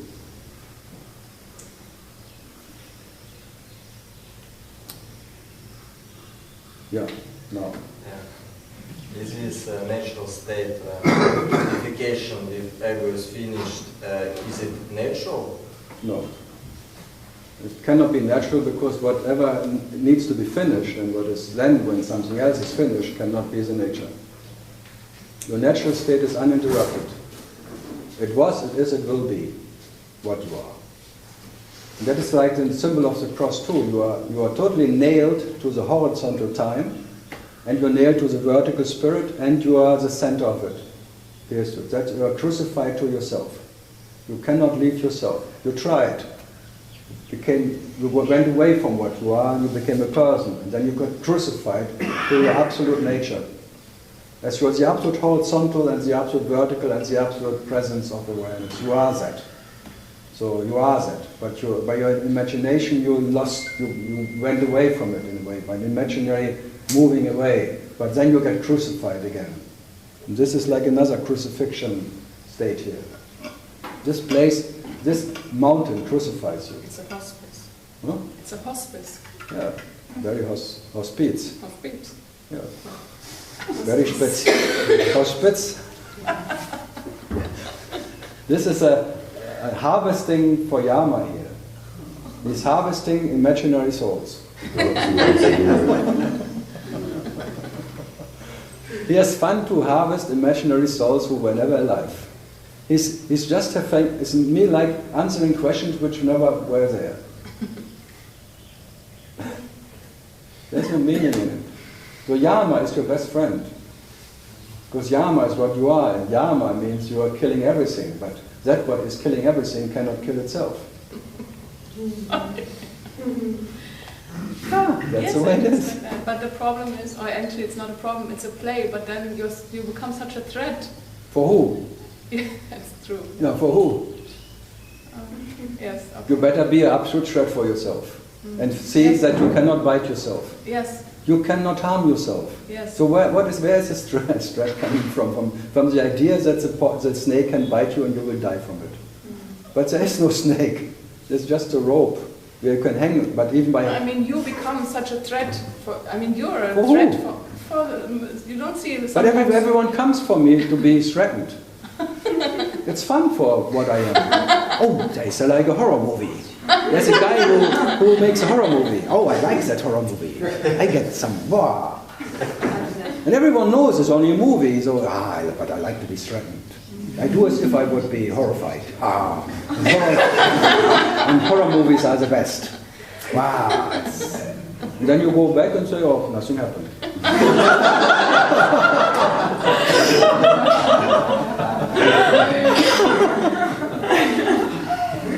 Of course I'm threatening the phantom to death. Okay, yes, the phantom can. Only the phantom can be. Because that's what you are, is always laughing, enjoying it in the background. Oh, look at him, he tries to threaten me. Oh, try harder. I was sitting here, try harder, baby. And I have fun to do as if I was threatening something. So it's all like doing as if. The entertainment of doing as if something is whatever. No, there is those. What you are, what can happen to what you are? Can anything make you more or less as you are? So what is there? Life cannot kill life, but every seeker tries to kill himself. You know that. But it's futile. Yes, it is very futile. Yeah, you cannot, it's like the Jnani cannot be killed by his own wisdom, because the poison of wisdom cannot kill the Jnani. And the love cannot kill itself, because love cannot kill itself. But both try. But in both, when they meet, when Jnani and love is not undecided, then kill each other. Because love kills wisdom, and wisdom kills love. And nothing is left. It's like you are left as what you are without love and without wisdom, and you are what you are. That is Buddha again. The freedom of the heart cannot kill itself. Freedom cannot kill freedom, and wisdom cannot kill wisdom. But both together, they kill each other. Yeah. The understanding kills the heart, and the heart kills the understanding. And then you are left as you are. The absolute leftover. You never needed any heart or any wisdom to be what it is. That's Buddha's words.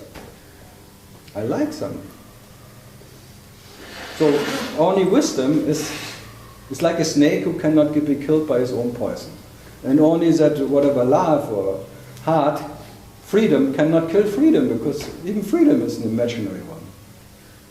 So, but in freedom there is no wisdom, and in wisdom there is no freedom. The wisdom tells you you are nothing, and that freedom, the heart tells you everything, but both knows both is wrong. Then both kill each other. So what to do? Bhakti Yani end up in what? In Bhakta. And Bhakta is what?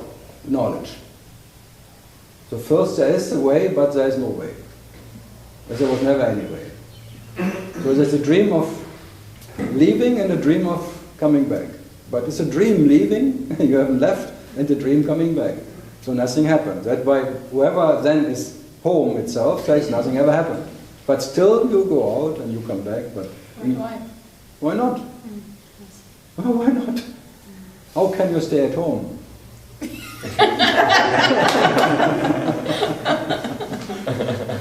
Because staying at home, one who is at home is still one too many, and that one too many will be curious again what happens outside. So even one who is realizing home is where I am, heart is what I am, he always is curious after a while, what, maybe just in case, I just a glimpse. But the moment it's too late, you're already out in business. So whatever you reach, even that home is like a transit home. Transit lounge everywhere. You're a lounge lizard. Nice music. So who else is threatened today? I'm killing this because I don't try to kill anyone. That kills really, that kills. Yes, yeah. Yeah. Yes, it kills more. That's a killing of the killer.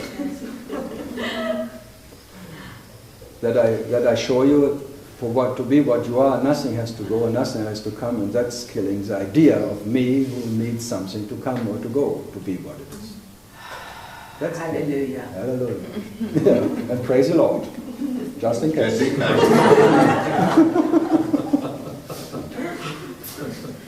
Who knows? That's this gay Lord sometimes. It's not so bad. It's called gay Lord. Huh? I like the gay Lord. God is homo.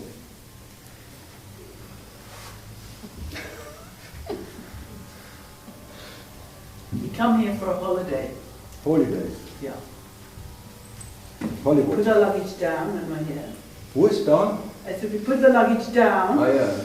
And then you see when we go when you go You away. pick it up again. Pick it up again. Oh, yeah. It's like a train station. You wait for the next train to come. Because she was asking for the next training because she wants to make a training in Bhakti training or Yani training. And she was asking me what training what makes me ready for myself. Because that's the question always. How can I be ready for myself? What can I do to be ready for myself? And I sit here, whatever you will do or not do, you will never be ready for what you are. So what else can I say? But you try to be ready. What a joke, huh? You try to be ready for being what you are. But you're ready-made.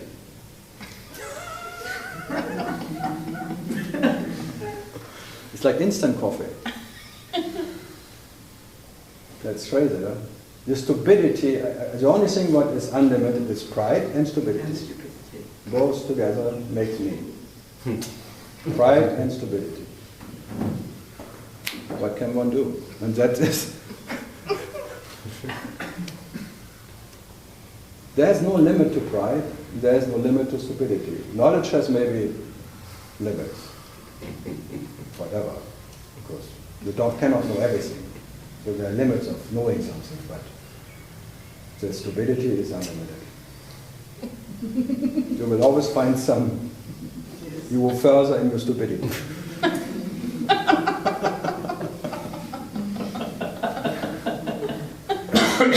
On and on. And the next room of stupidity. Because it's a rumor you believe in. There's a space and room for you somewhere. There's a house with many rooms and there will be your home. A big villa somewhere. I will my villa. That's called villa. The villa me. Where I can rest forever. And have many servants. And angels blowing the horn.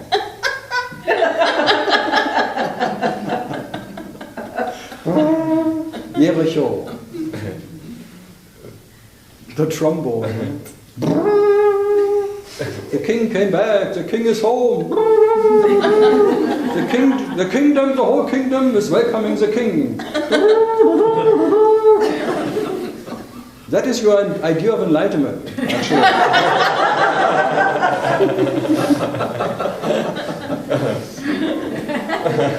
Or not? That the kingdom is welcoming you, the whole angels and all the life is putting full light on for your welcoming. One side, another side is not the other side. Heil Hitler or something like that. No, that's the beginning of the king. What took you so By long? me, there are these two sides. Two sides? Of You must be joking. This idea of this little me who trying to become the king of the kingdom of heart. Huh? Already has this little heart, this little kingdom inside. But he's king. The king is doomed, you know that. Whenever there's a king, there's doom. He's doomed to be a king. And he is punished being a king. Ownership. This ownership is so being doomed of having something. Doomed. And that forever.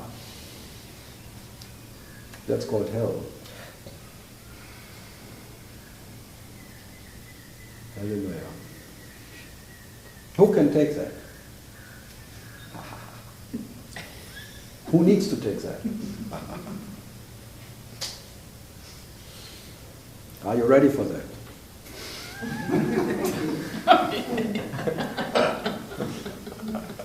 She wants to, by bhakti, or she thinks she can be ready for hell. Or by yani, when I know there is no hell, I may be ready for hell. If I see through everything, if I totally know that all is illusion, then I don't fear anymore. Me.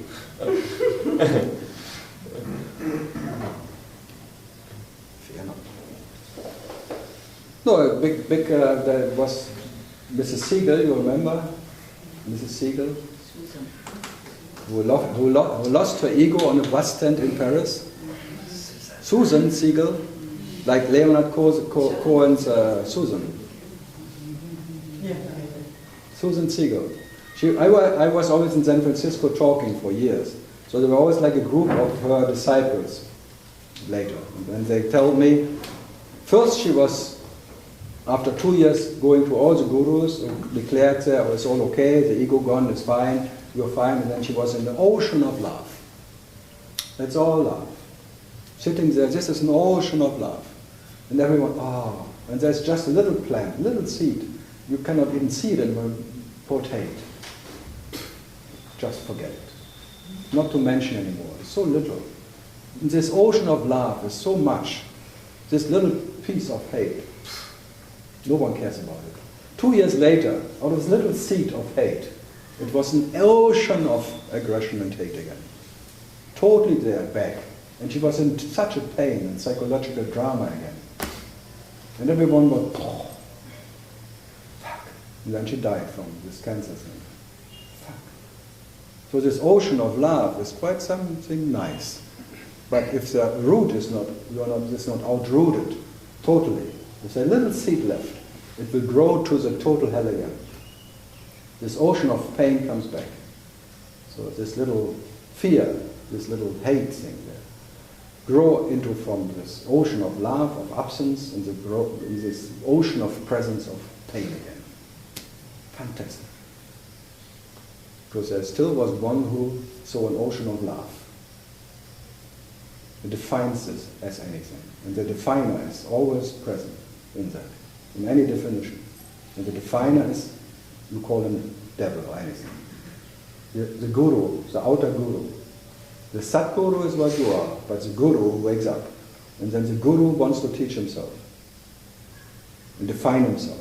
And always gets finer and all of that. Always wants the best, always good intention. But even good intention is one intention, even the best intention is one intention too many. Fantastic, right? So even the intention of love creates what? Hate. Both come together out of that one intention. Fantastic. So that's why he says you better be the Satguru, who never knows any guru, who never has any teacher and nothing to learn for anything to be what it is. Just rest in that. One never needs to rest in anything. But that is more than easy. That is an effortlessness of being, and not depending on any whatever you believe in. Nothing has to happen. Nothing has to go. Nothing has to come. Never any need of anything.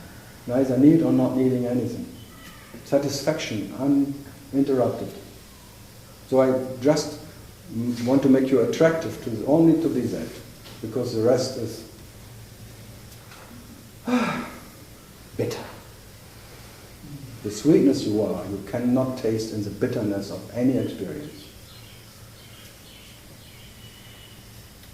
So even any bliss experience compared to the sweetness of your nature is bitter. And even any idea of feeling gratitude or being blessed by something is bitter, because it makes you someone who needs a blessing and needs something. So what is that? Become a beggar for some blessings of someone. Who needs that blessings? And being blessed and bliss of whatever. Who needs this Shakti experience and all that peace experience around somebody? Who needs that? All of that is slavery. So don't be a slave to your dream. Be the master himself.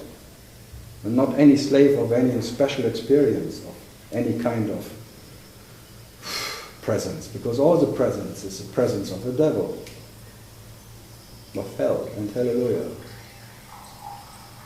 Because what you are has no... what you are is pre-sense. The pre-sense is what you are. The presence is your dream. And the presence will never be good enough for what you are. Or bad enough. Not to forget. Neither good or bad enough.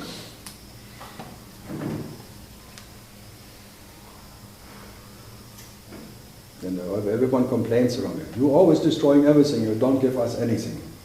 Yes. What can I do?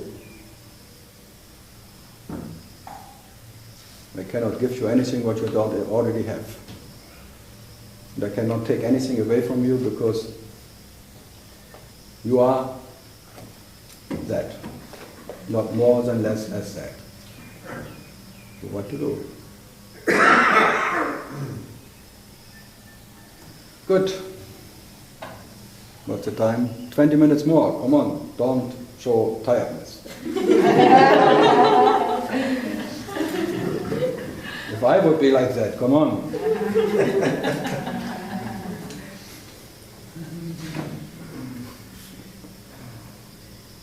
Something more from Litauen? No? You're from Bangalore? Me? Yeah? You mean where I was born or where am I living? Whatever.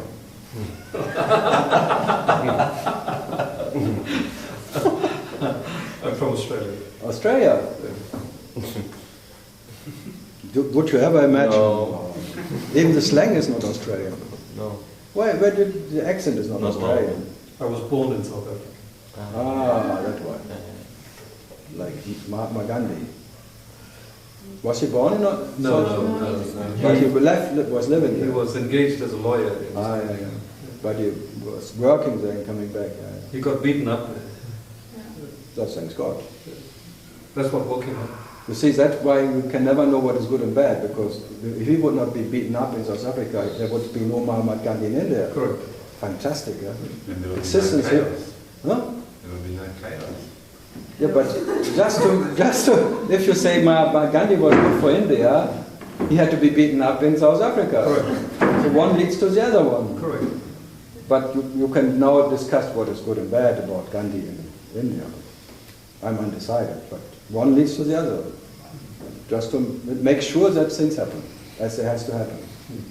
Like as I said, the karma yoga would be that all the events who happen before deciding the next event of the next. All the future events deciding all the past events.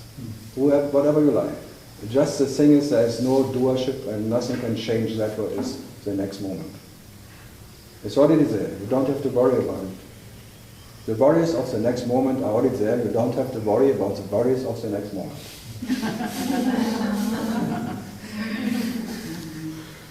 But you try not to worry about the worries of tomorrow. So, what can you do? Even that you cannot change. So, worry and be happy. Or anything. Yeah, it's the most easy. That's the laziest natural state. You worry and be happy. Because worries come by themselves. Not to worry is hard fucking work.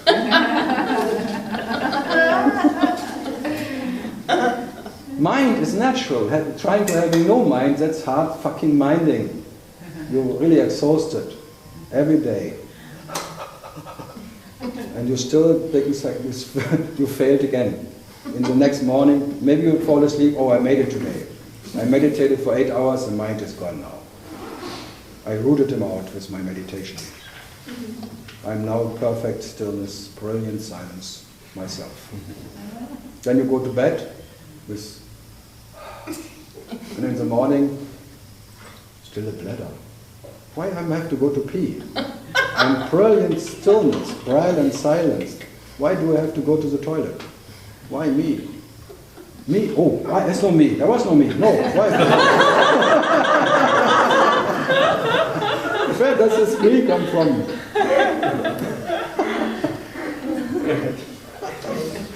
So all tolerance and all acceptance which were there, I don't doubt it. The moment you fall asleep, total acceptance. Otherwise you cannot fall asleep in.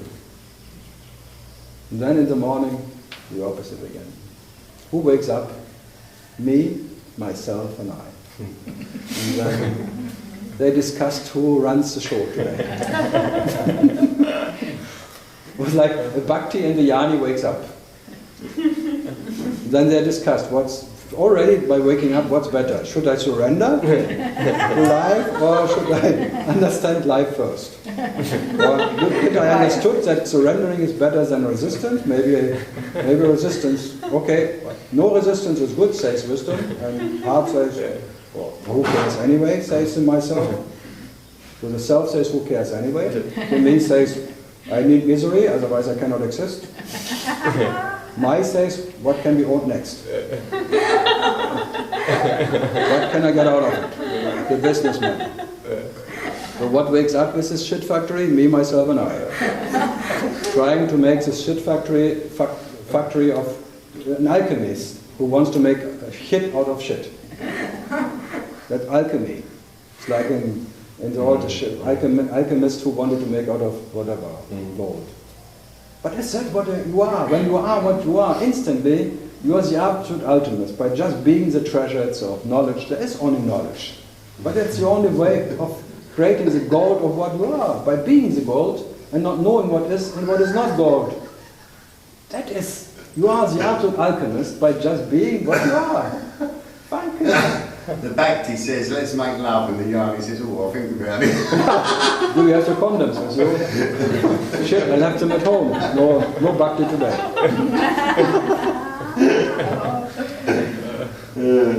Bhakti. And where in Australia you come from? On the east coast, halfway between Brisbane and Sydney. By Boring Bay. Never, please don't. Not a Mimby, I mean, it's not a Mimby, yeah, market one. I hate Byron Bay. Welcome to the club. I call it Boring Bay. No, it's like Newcastle, north of Newcastle. North of Newcastle. 2 hours north of Newcastle. I always went to fishing in Barrington Tops.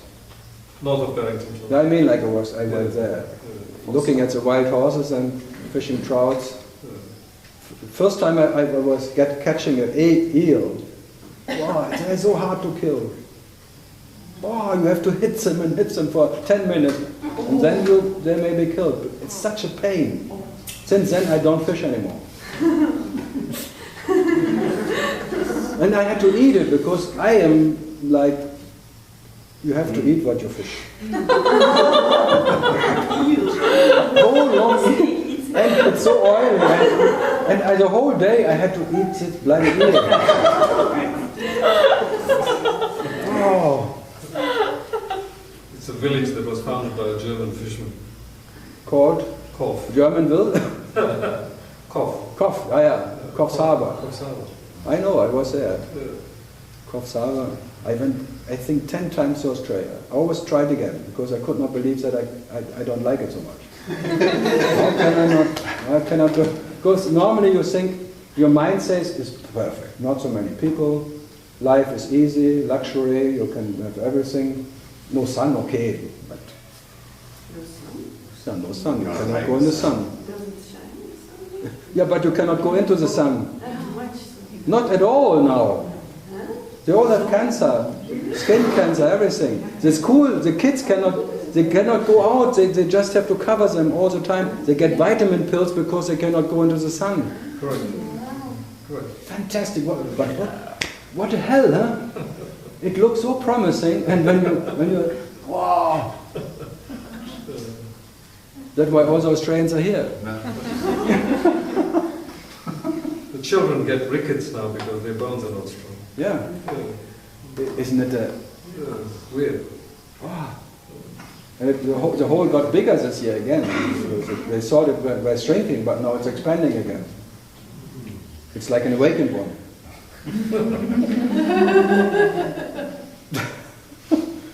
I shrink again to my ego. I think I need to shrink again. Shrink up. Rhapsody. No, I was living in Sydney for every winter. Summer Berlin, Sydney in winter for 5 years, I think. Bondi Beach was fun, early 80s. Before the Russians came. He lived with Karl in the night. Didn't just meet her, he lived with Karl in the night in a What? Probably even shagged her. But a friend of mine, she made so much money, she just bought a house for, I think, $80,000. And she sold it 3 years ago, 3 million. She didn't do a lot about it, it just was the same house, a bit renovating and saying, wow. I think she bought 85 or something. Bam. Then she died this year. Where did the money go? To her daughter. Her daughter now. She's a nice daughter. They even wrote me, she remembers you. Okay. Nice to hear. Marsha Bennett from 3rd Thomas Mitchell Road, opposite the petrol station. Anybody want a rich widow? No, rich. She's dead. Oh, yeah. You have to marry her daughter, but for that you're too old. No, I'm not. You're beyond. No, they like you old enough that you don't have to shag them too long before you die, like 3 years max. What? She was American? Only if you have money. No. Australia. From Melbourne. She was a scriptwriter for movies. Marsha Bennett. Marching in and marching out. Nice name, Marsha. But now Sydney is hell. So much traffic and fast and warm and expensive, and whole Bondi Beach is like a happy hour area. One pop after the other and happy. The King's Cross, they moved to Bondi Beach. It's a lot of tension. Yeah. Australia is so fucking big, huh? And what this little, they all meet like rats into a little corner. 4 million in Sydney out of 20 million total. 6 million. 6 million now. That was 4 in the early 90s, I think. Wow. 1/3 of Australia lives in Sydney, and 1/3 in Melbourne, and the rest just lost in space. Yeah. Oh, I'm boring day. You're not allowed to be lost in space Bimbi. in Australia. Huh? You're not allowed to be lost in space. No? No. They catch you anyway. There's a rule for everything. You're not allowed to be Yeah, lost so in space. what really few people only, and they have more rules than in Europe. Yeah. What you can do or not. There's more big brother watching you, huh? Yeah. He's watching me. Yeah. Yeah. No We escape, go back. no escape. Oh. So, Big brother's watching you. he's not watching you, he's Living living you. Even worse, bastard. Get out of my fucking life. Look, Ramana is living him. Imagining Ramana has taste.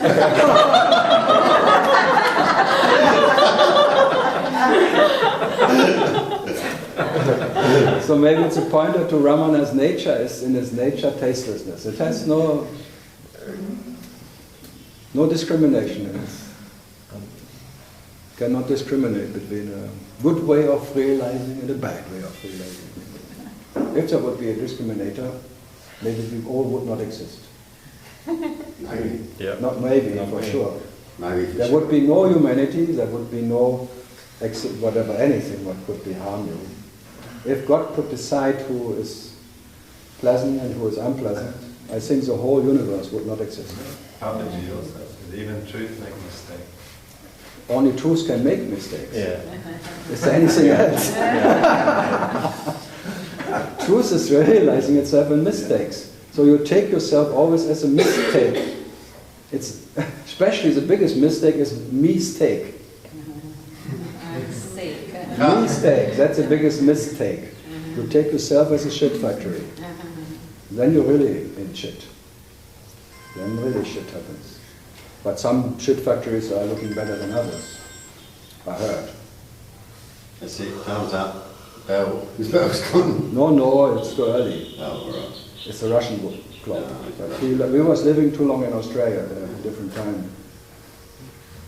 And he went to the hairdresser. Does the clock go around the other way in What? Australia? Like, does the clock go the other way? No, the sun is still rising in the east. Why does it Set go to around the like that, east. the old water? No, it's like the water goes the other way around. Magnetic field. So inconsistent, isn't it? Eh? Why can't the clock go in the other way? How can you know as a headbanger? I don't know what Because makes his it holes.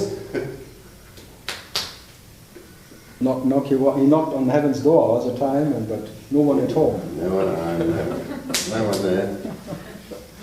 That was a good joke, like a guy from a Ku Klux Klan comes to heaven, and Peter is there and open door, and then he rings, and who opens? St. Peter is a nigger, a black man. What does a Ku Klux Klan do? That's the question. Go I home to Texas, or go in spite of the nigger as the government into heaven?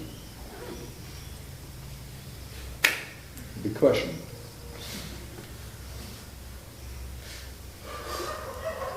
Maybe he stays forever in front of the door. It's like undecided. Hangs it through the gate. An undecided Ku Klux Klan member.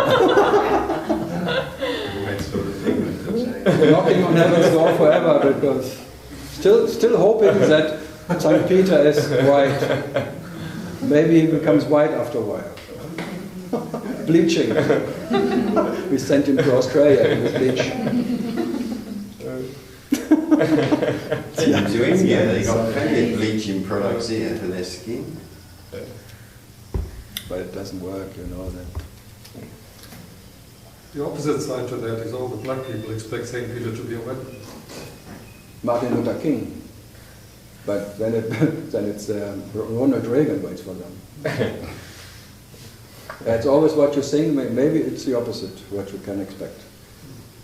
Like you think enlightenment is funny, it's a pleasure, and it's the opposite maybe. Maybe it's a total disaster. Maybe it's a total despair of what you, or the total opposite of what you believe to be.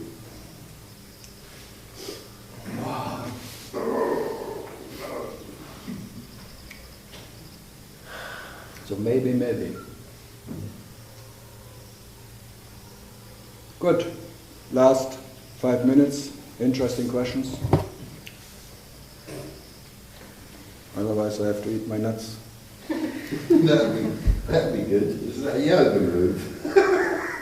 No, it's not good because they're full of ants and then I get and then I eat them and then I get bitten in my mouth. So then I have this problem again. Yeah.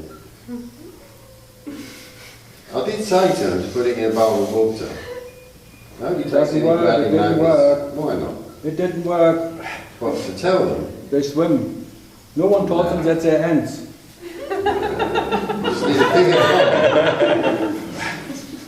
Ants don't swim, but no one tells the ants that they're ants. So ants don't know that they're ants, so they swim. They're like babies. Normally, with someone else, normally ants don't swim. Until you see ants swim. Like normally, awakened ones are taken as awakened. Until you see awakened one in its underwear. Or at home, you meet him at home with his wife. Then you know how awakened he is. Who is the boss? So if anyone awakens or get enlightened, new girlfriend or living with your mother, I told you. Both works. Both will show you how enlightened you are.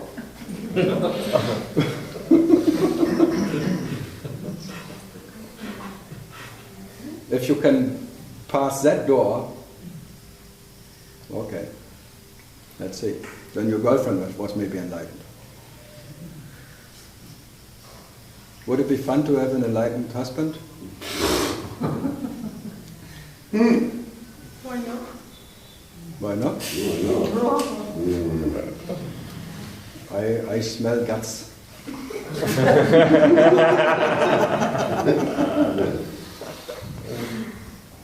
Gutty.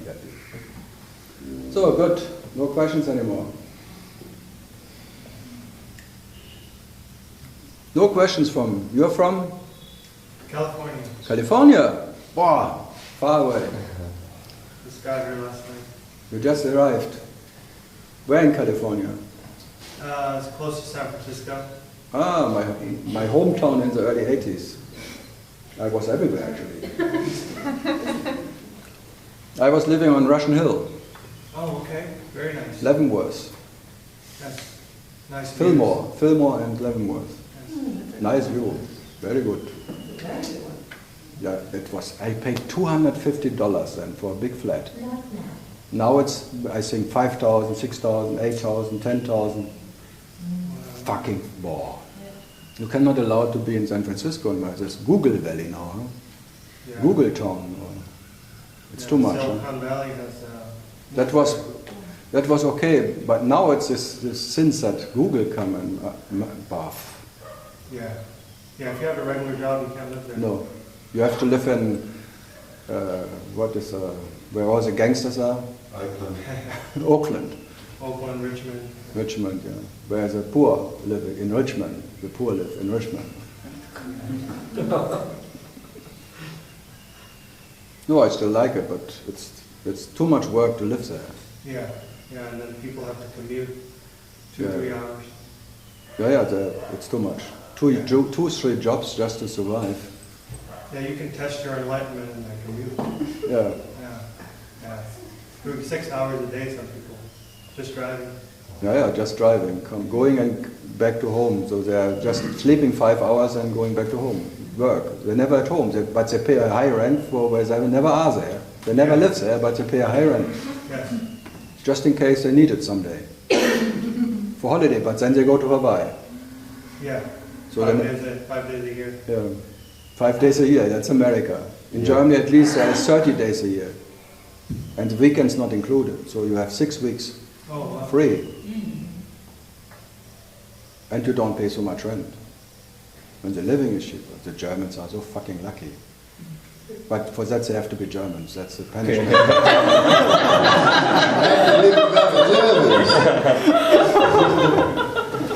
The price is high.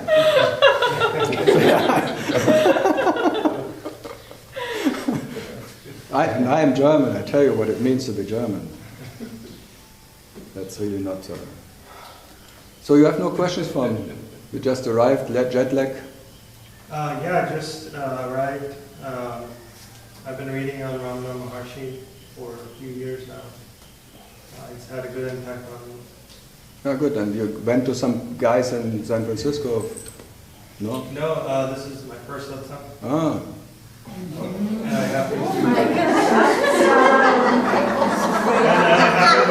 run into it, really.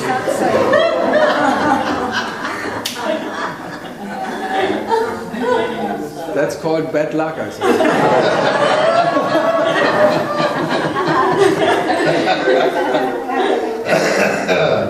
Yeah, that's called direct. It's been good. Satsang, this is a good satsang. I enjoyed it. Thank you.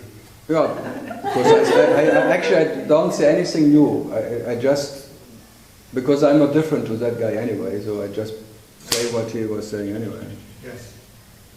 What else can I tell myself? That's over and over again the same, but the self can never get enough about listening to that what is a self is and what is not. Yes. It can never get enough. This entertainment of listening to what you are, you can never get enough from. It's like you breathe it. It's just you're living yourself in that, listening to what you are, and there's no exhaustion in it. It's an unexhaustible. Absolutely. Whatever. That's why I can talk and talk since I don't know how long. Yes. Inexhaustible. There's no inexhaustible. Yeah. Okay, not unexhaustible. My English is very bad. Your English is German. German English. So what to do? Huh? It's germane. Germain? Germane, to the point. Gemein, it's gemein. Germane. Gemein. Gemein is English. Germane. So no question, huh? Or maybe... Recently, in the last few months, I've gone from living in moments as a person to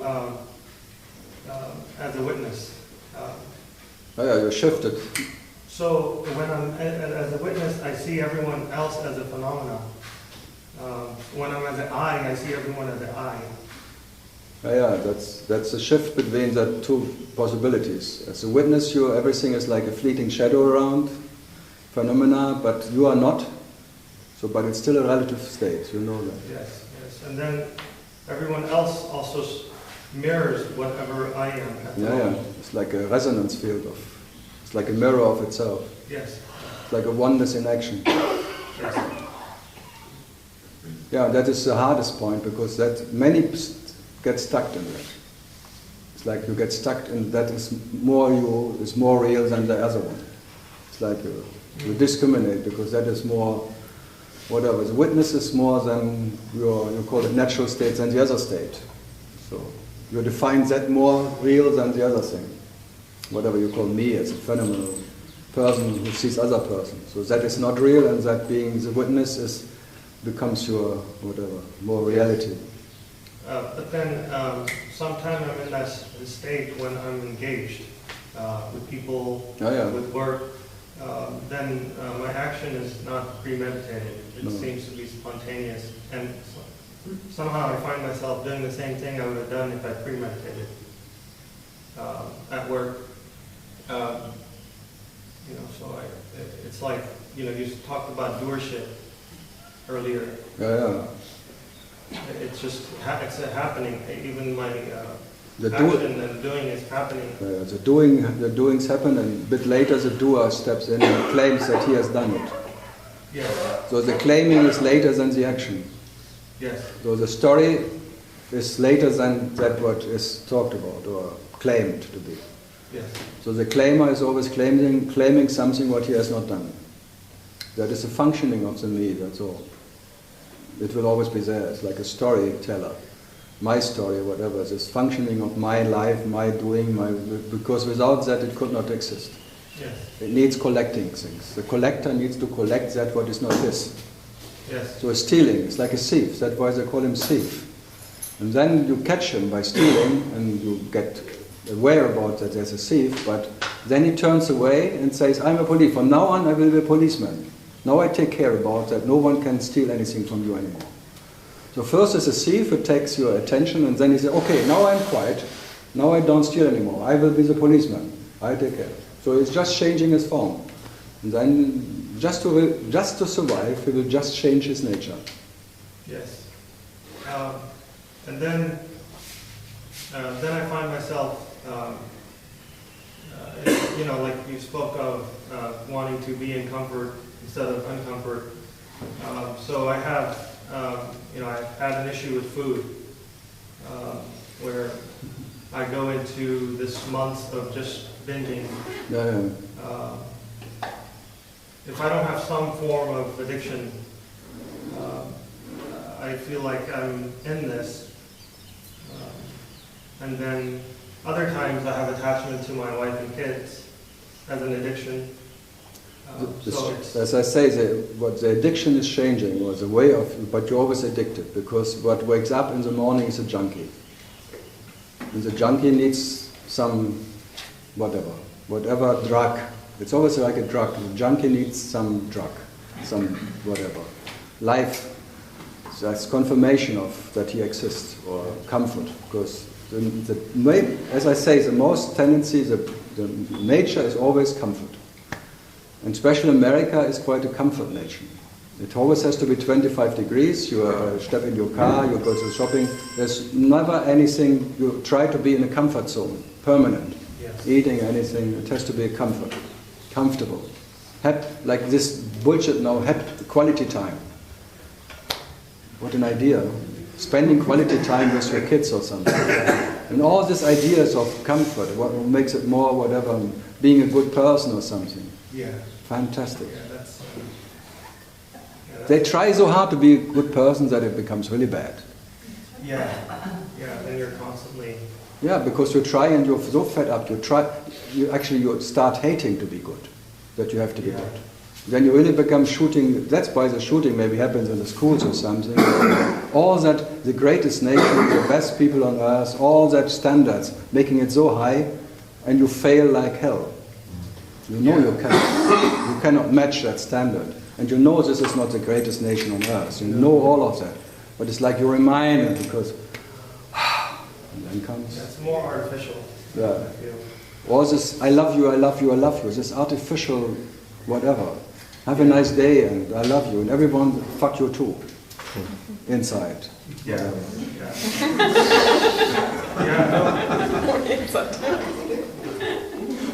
Yeah, I've had 3 friends get divorced within 6 months. Yeah.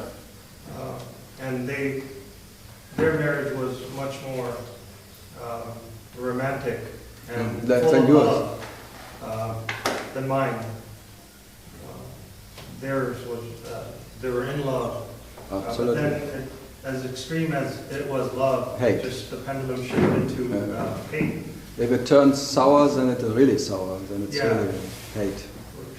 The best, that's why in India they have arranged marriages. And maybe they fall in love later, but then it's too late anyway. But love stories are the worst. Romeo and Juliet, they're the best, because they killed themselves before the relationship started. Yes. That's why it's a perfect relationship, the relationship will never started. So everyone is looking at that Shakespeare thing because that relationship is unbeatable.